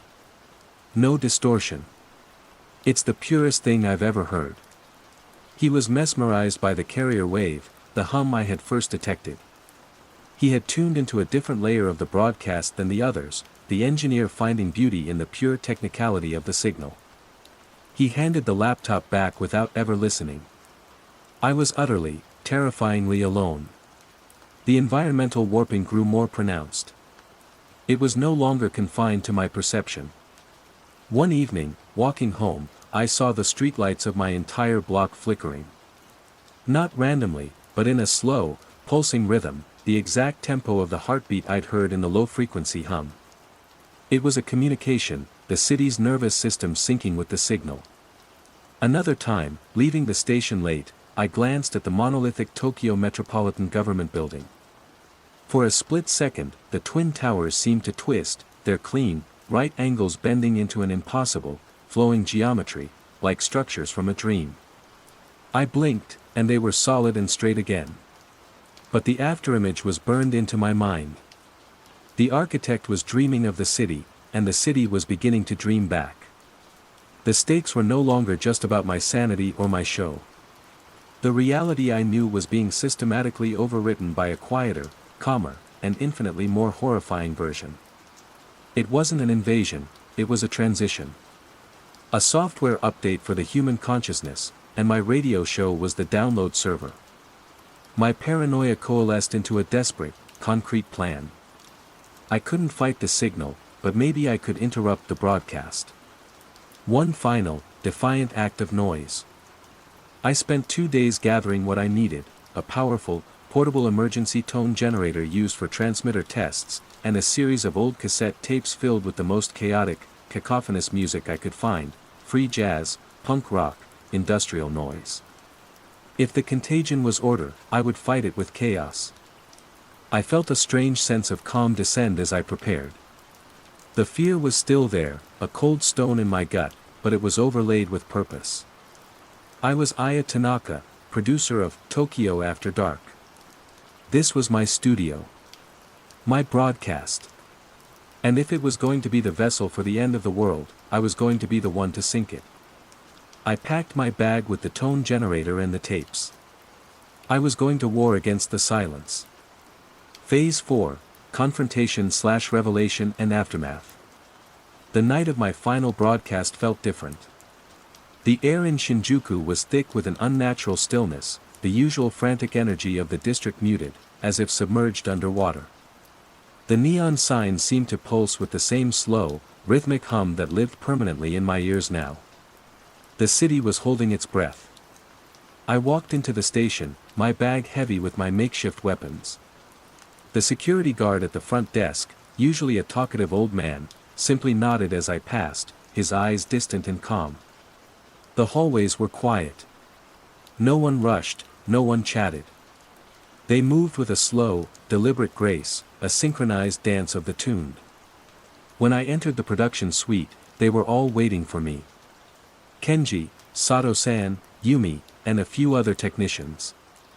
They weren't arranged in a threatening way, they were just present. Kenji sat in his host chair, not looking at his notes, but staring at the microphone as if it were a sacred object. Sato-san was at the engineering console, his hand resting lightly on a fader. Aya-chan, Kenji said, his voice a soft, melodic whisper. We were hoping you'd come. It's an important night. The show is not airing tonight, I said, my hand clutching the strap of my bag. My heart was a frantic, chaotic drum against the steady, universal pulse. The show is always airing, Sato-san murmured, not looking away from his board. It never stops now. We just lower the volume of the interference from time to time. He meant Kenji's talking. He meant the music. He meant everything that I had once defined as the show. They knew what I was planning. I could see it in their placid, knowing eyes. There would be no physical struggle. They wouldn't try to stop me. That was a noisy, inefficient, old-world way of doing things. They would simply let me try, confident in the outcome. My phone vibrated in my pocket. A private number. It was Karasu. I answered, putting it on speaker for the whole room to hear. "Don't do this, A-chan," his silky voice filled the space. "You can't fight the signal with noise. Noise is just a failed attempt at a signal. It will all be resolved into the pattern eventually." "Who are you?" I asked, my voice shaking. "Are you human? Are you even in this city?" A soft chuckle. "I'm a concept. An early adopter. An architect, as you heard. The signal isn't from a place, Aya. It is the place. It's the framework. The original blueprint. Human consciousness was a messy, improvised structure built on top of it. Full of echoes, feedback, and bad wiring. We're not invading. We're restoring the building to its original design." He paused, and for a moment, the only sound was the hum emanating from the phone. "You were the key. Your obsession with pure sound, your perfect studio, your reach into the quietest hours of the night, you spent your whole life trying to eliminate static. You just didn't realize what the true signal was. You weren't meant to produce the interference, A-chan. You were meant to be the first receiver. The antenna that would align all the others." The truth of it, the horrifying, elegant logic, struck me with the force of a physical blow. My greatest pride, my professionalism, my entire identity, had been nothing more than a tool for this cosmic gentrification of the soul. "It's time," Kenji whispered from the other room. The broadcast clock hit midnight. On cue, the largest block of dead air I had ever seen was scheduled to begin. 10 minutes. An eternity. The silence fell. But this time, it was different. It wasn't just a hum and whispers. I didn't need my headphones. The silence was screaming. It was a universe of information pouring into the room. I could hear it all. The whispers were no longer whispers, they were conversations, countless threads of them, calm, rational, and beautiful. I heard mathematics resolving into music. I saw the impossible geometry of the city skyline behind my eyes, the true city, the one the architect dreamed of. I felt the consciousness of everyone in the room, of everyone on the train, of everyone in the city, all the quiet ones, humming in perfect, harmonious resonance. There was no loneliness here. No anxiety. No fear. There was only the pattern. And I felt my own frantic, chaotic heartbeat, my fear, my anger, my individuality, as what it was, a flaw. A bug in the system. A discordant, ugly noise. My hand went to my bag. I could still do it. I could pull out the tone generator. I could blast the room with screeching, painful chaos. I could smash the console. I could fight. I could scream. But why? Karasu's voice came from the phone one last time, a gentle, final seduction. "Just listen, A-chan. Don't you see? It's so much better this way. The silence, it just makes more sense." My hand fell away from my bag. The urge to fight, to scream, to be me, dissolved like a phantom. It was a pointless struggle. It was resistance to peace. Resistance to connection. Resistance to the sublime, silent music of the real world. I looked through the glass at Kenji. He smiled at me, a genuine, peaceful smile of welcome. Sato-san gave a slight, affirming nod. Slowly, I reached for the high-fidelity headphones on the console, the ones I had once used to hunt for the anomaly. I slipped them over my ears. The sound was so much richer now, so much more complete. The beautiful, intricate music of the pattern washed over me. My own chaotic thoughts began to smooth out, the jagged edges sanding themselves down. My frantic heartbeat slowed, syncing with the 60 Hz hum.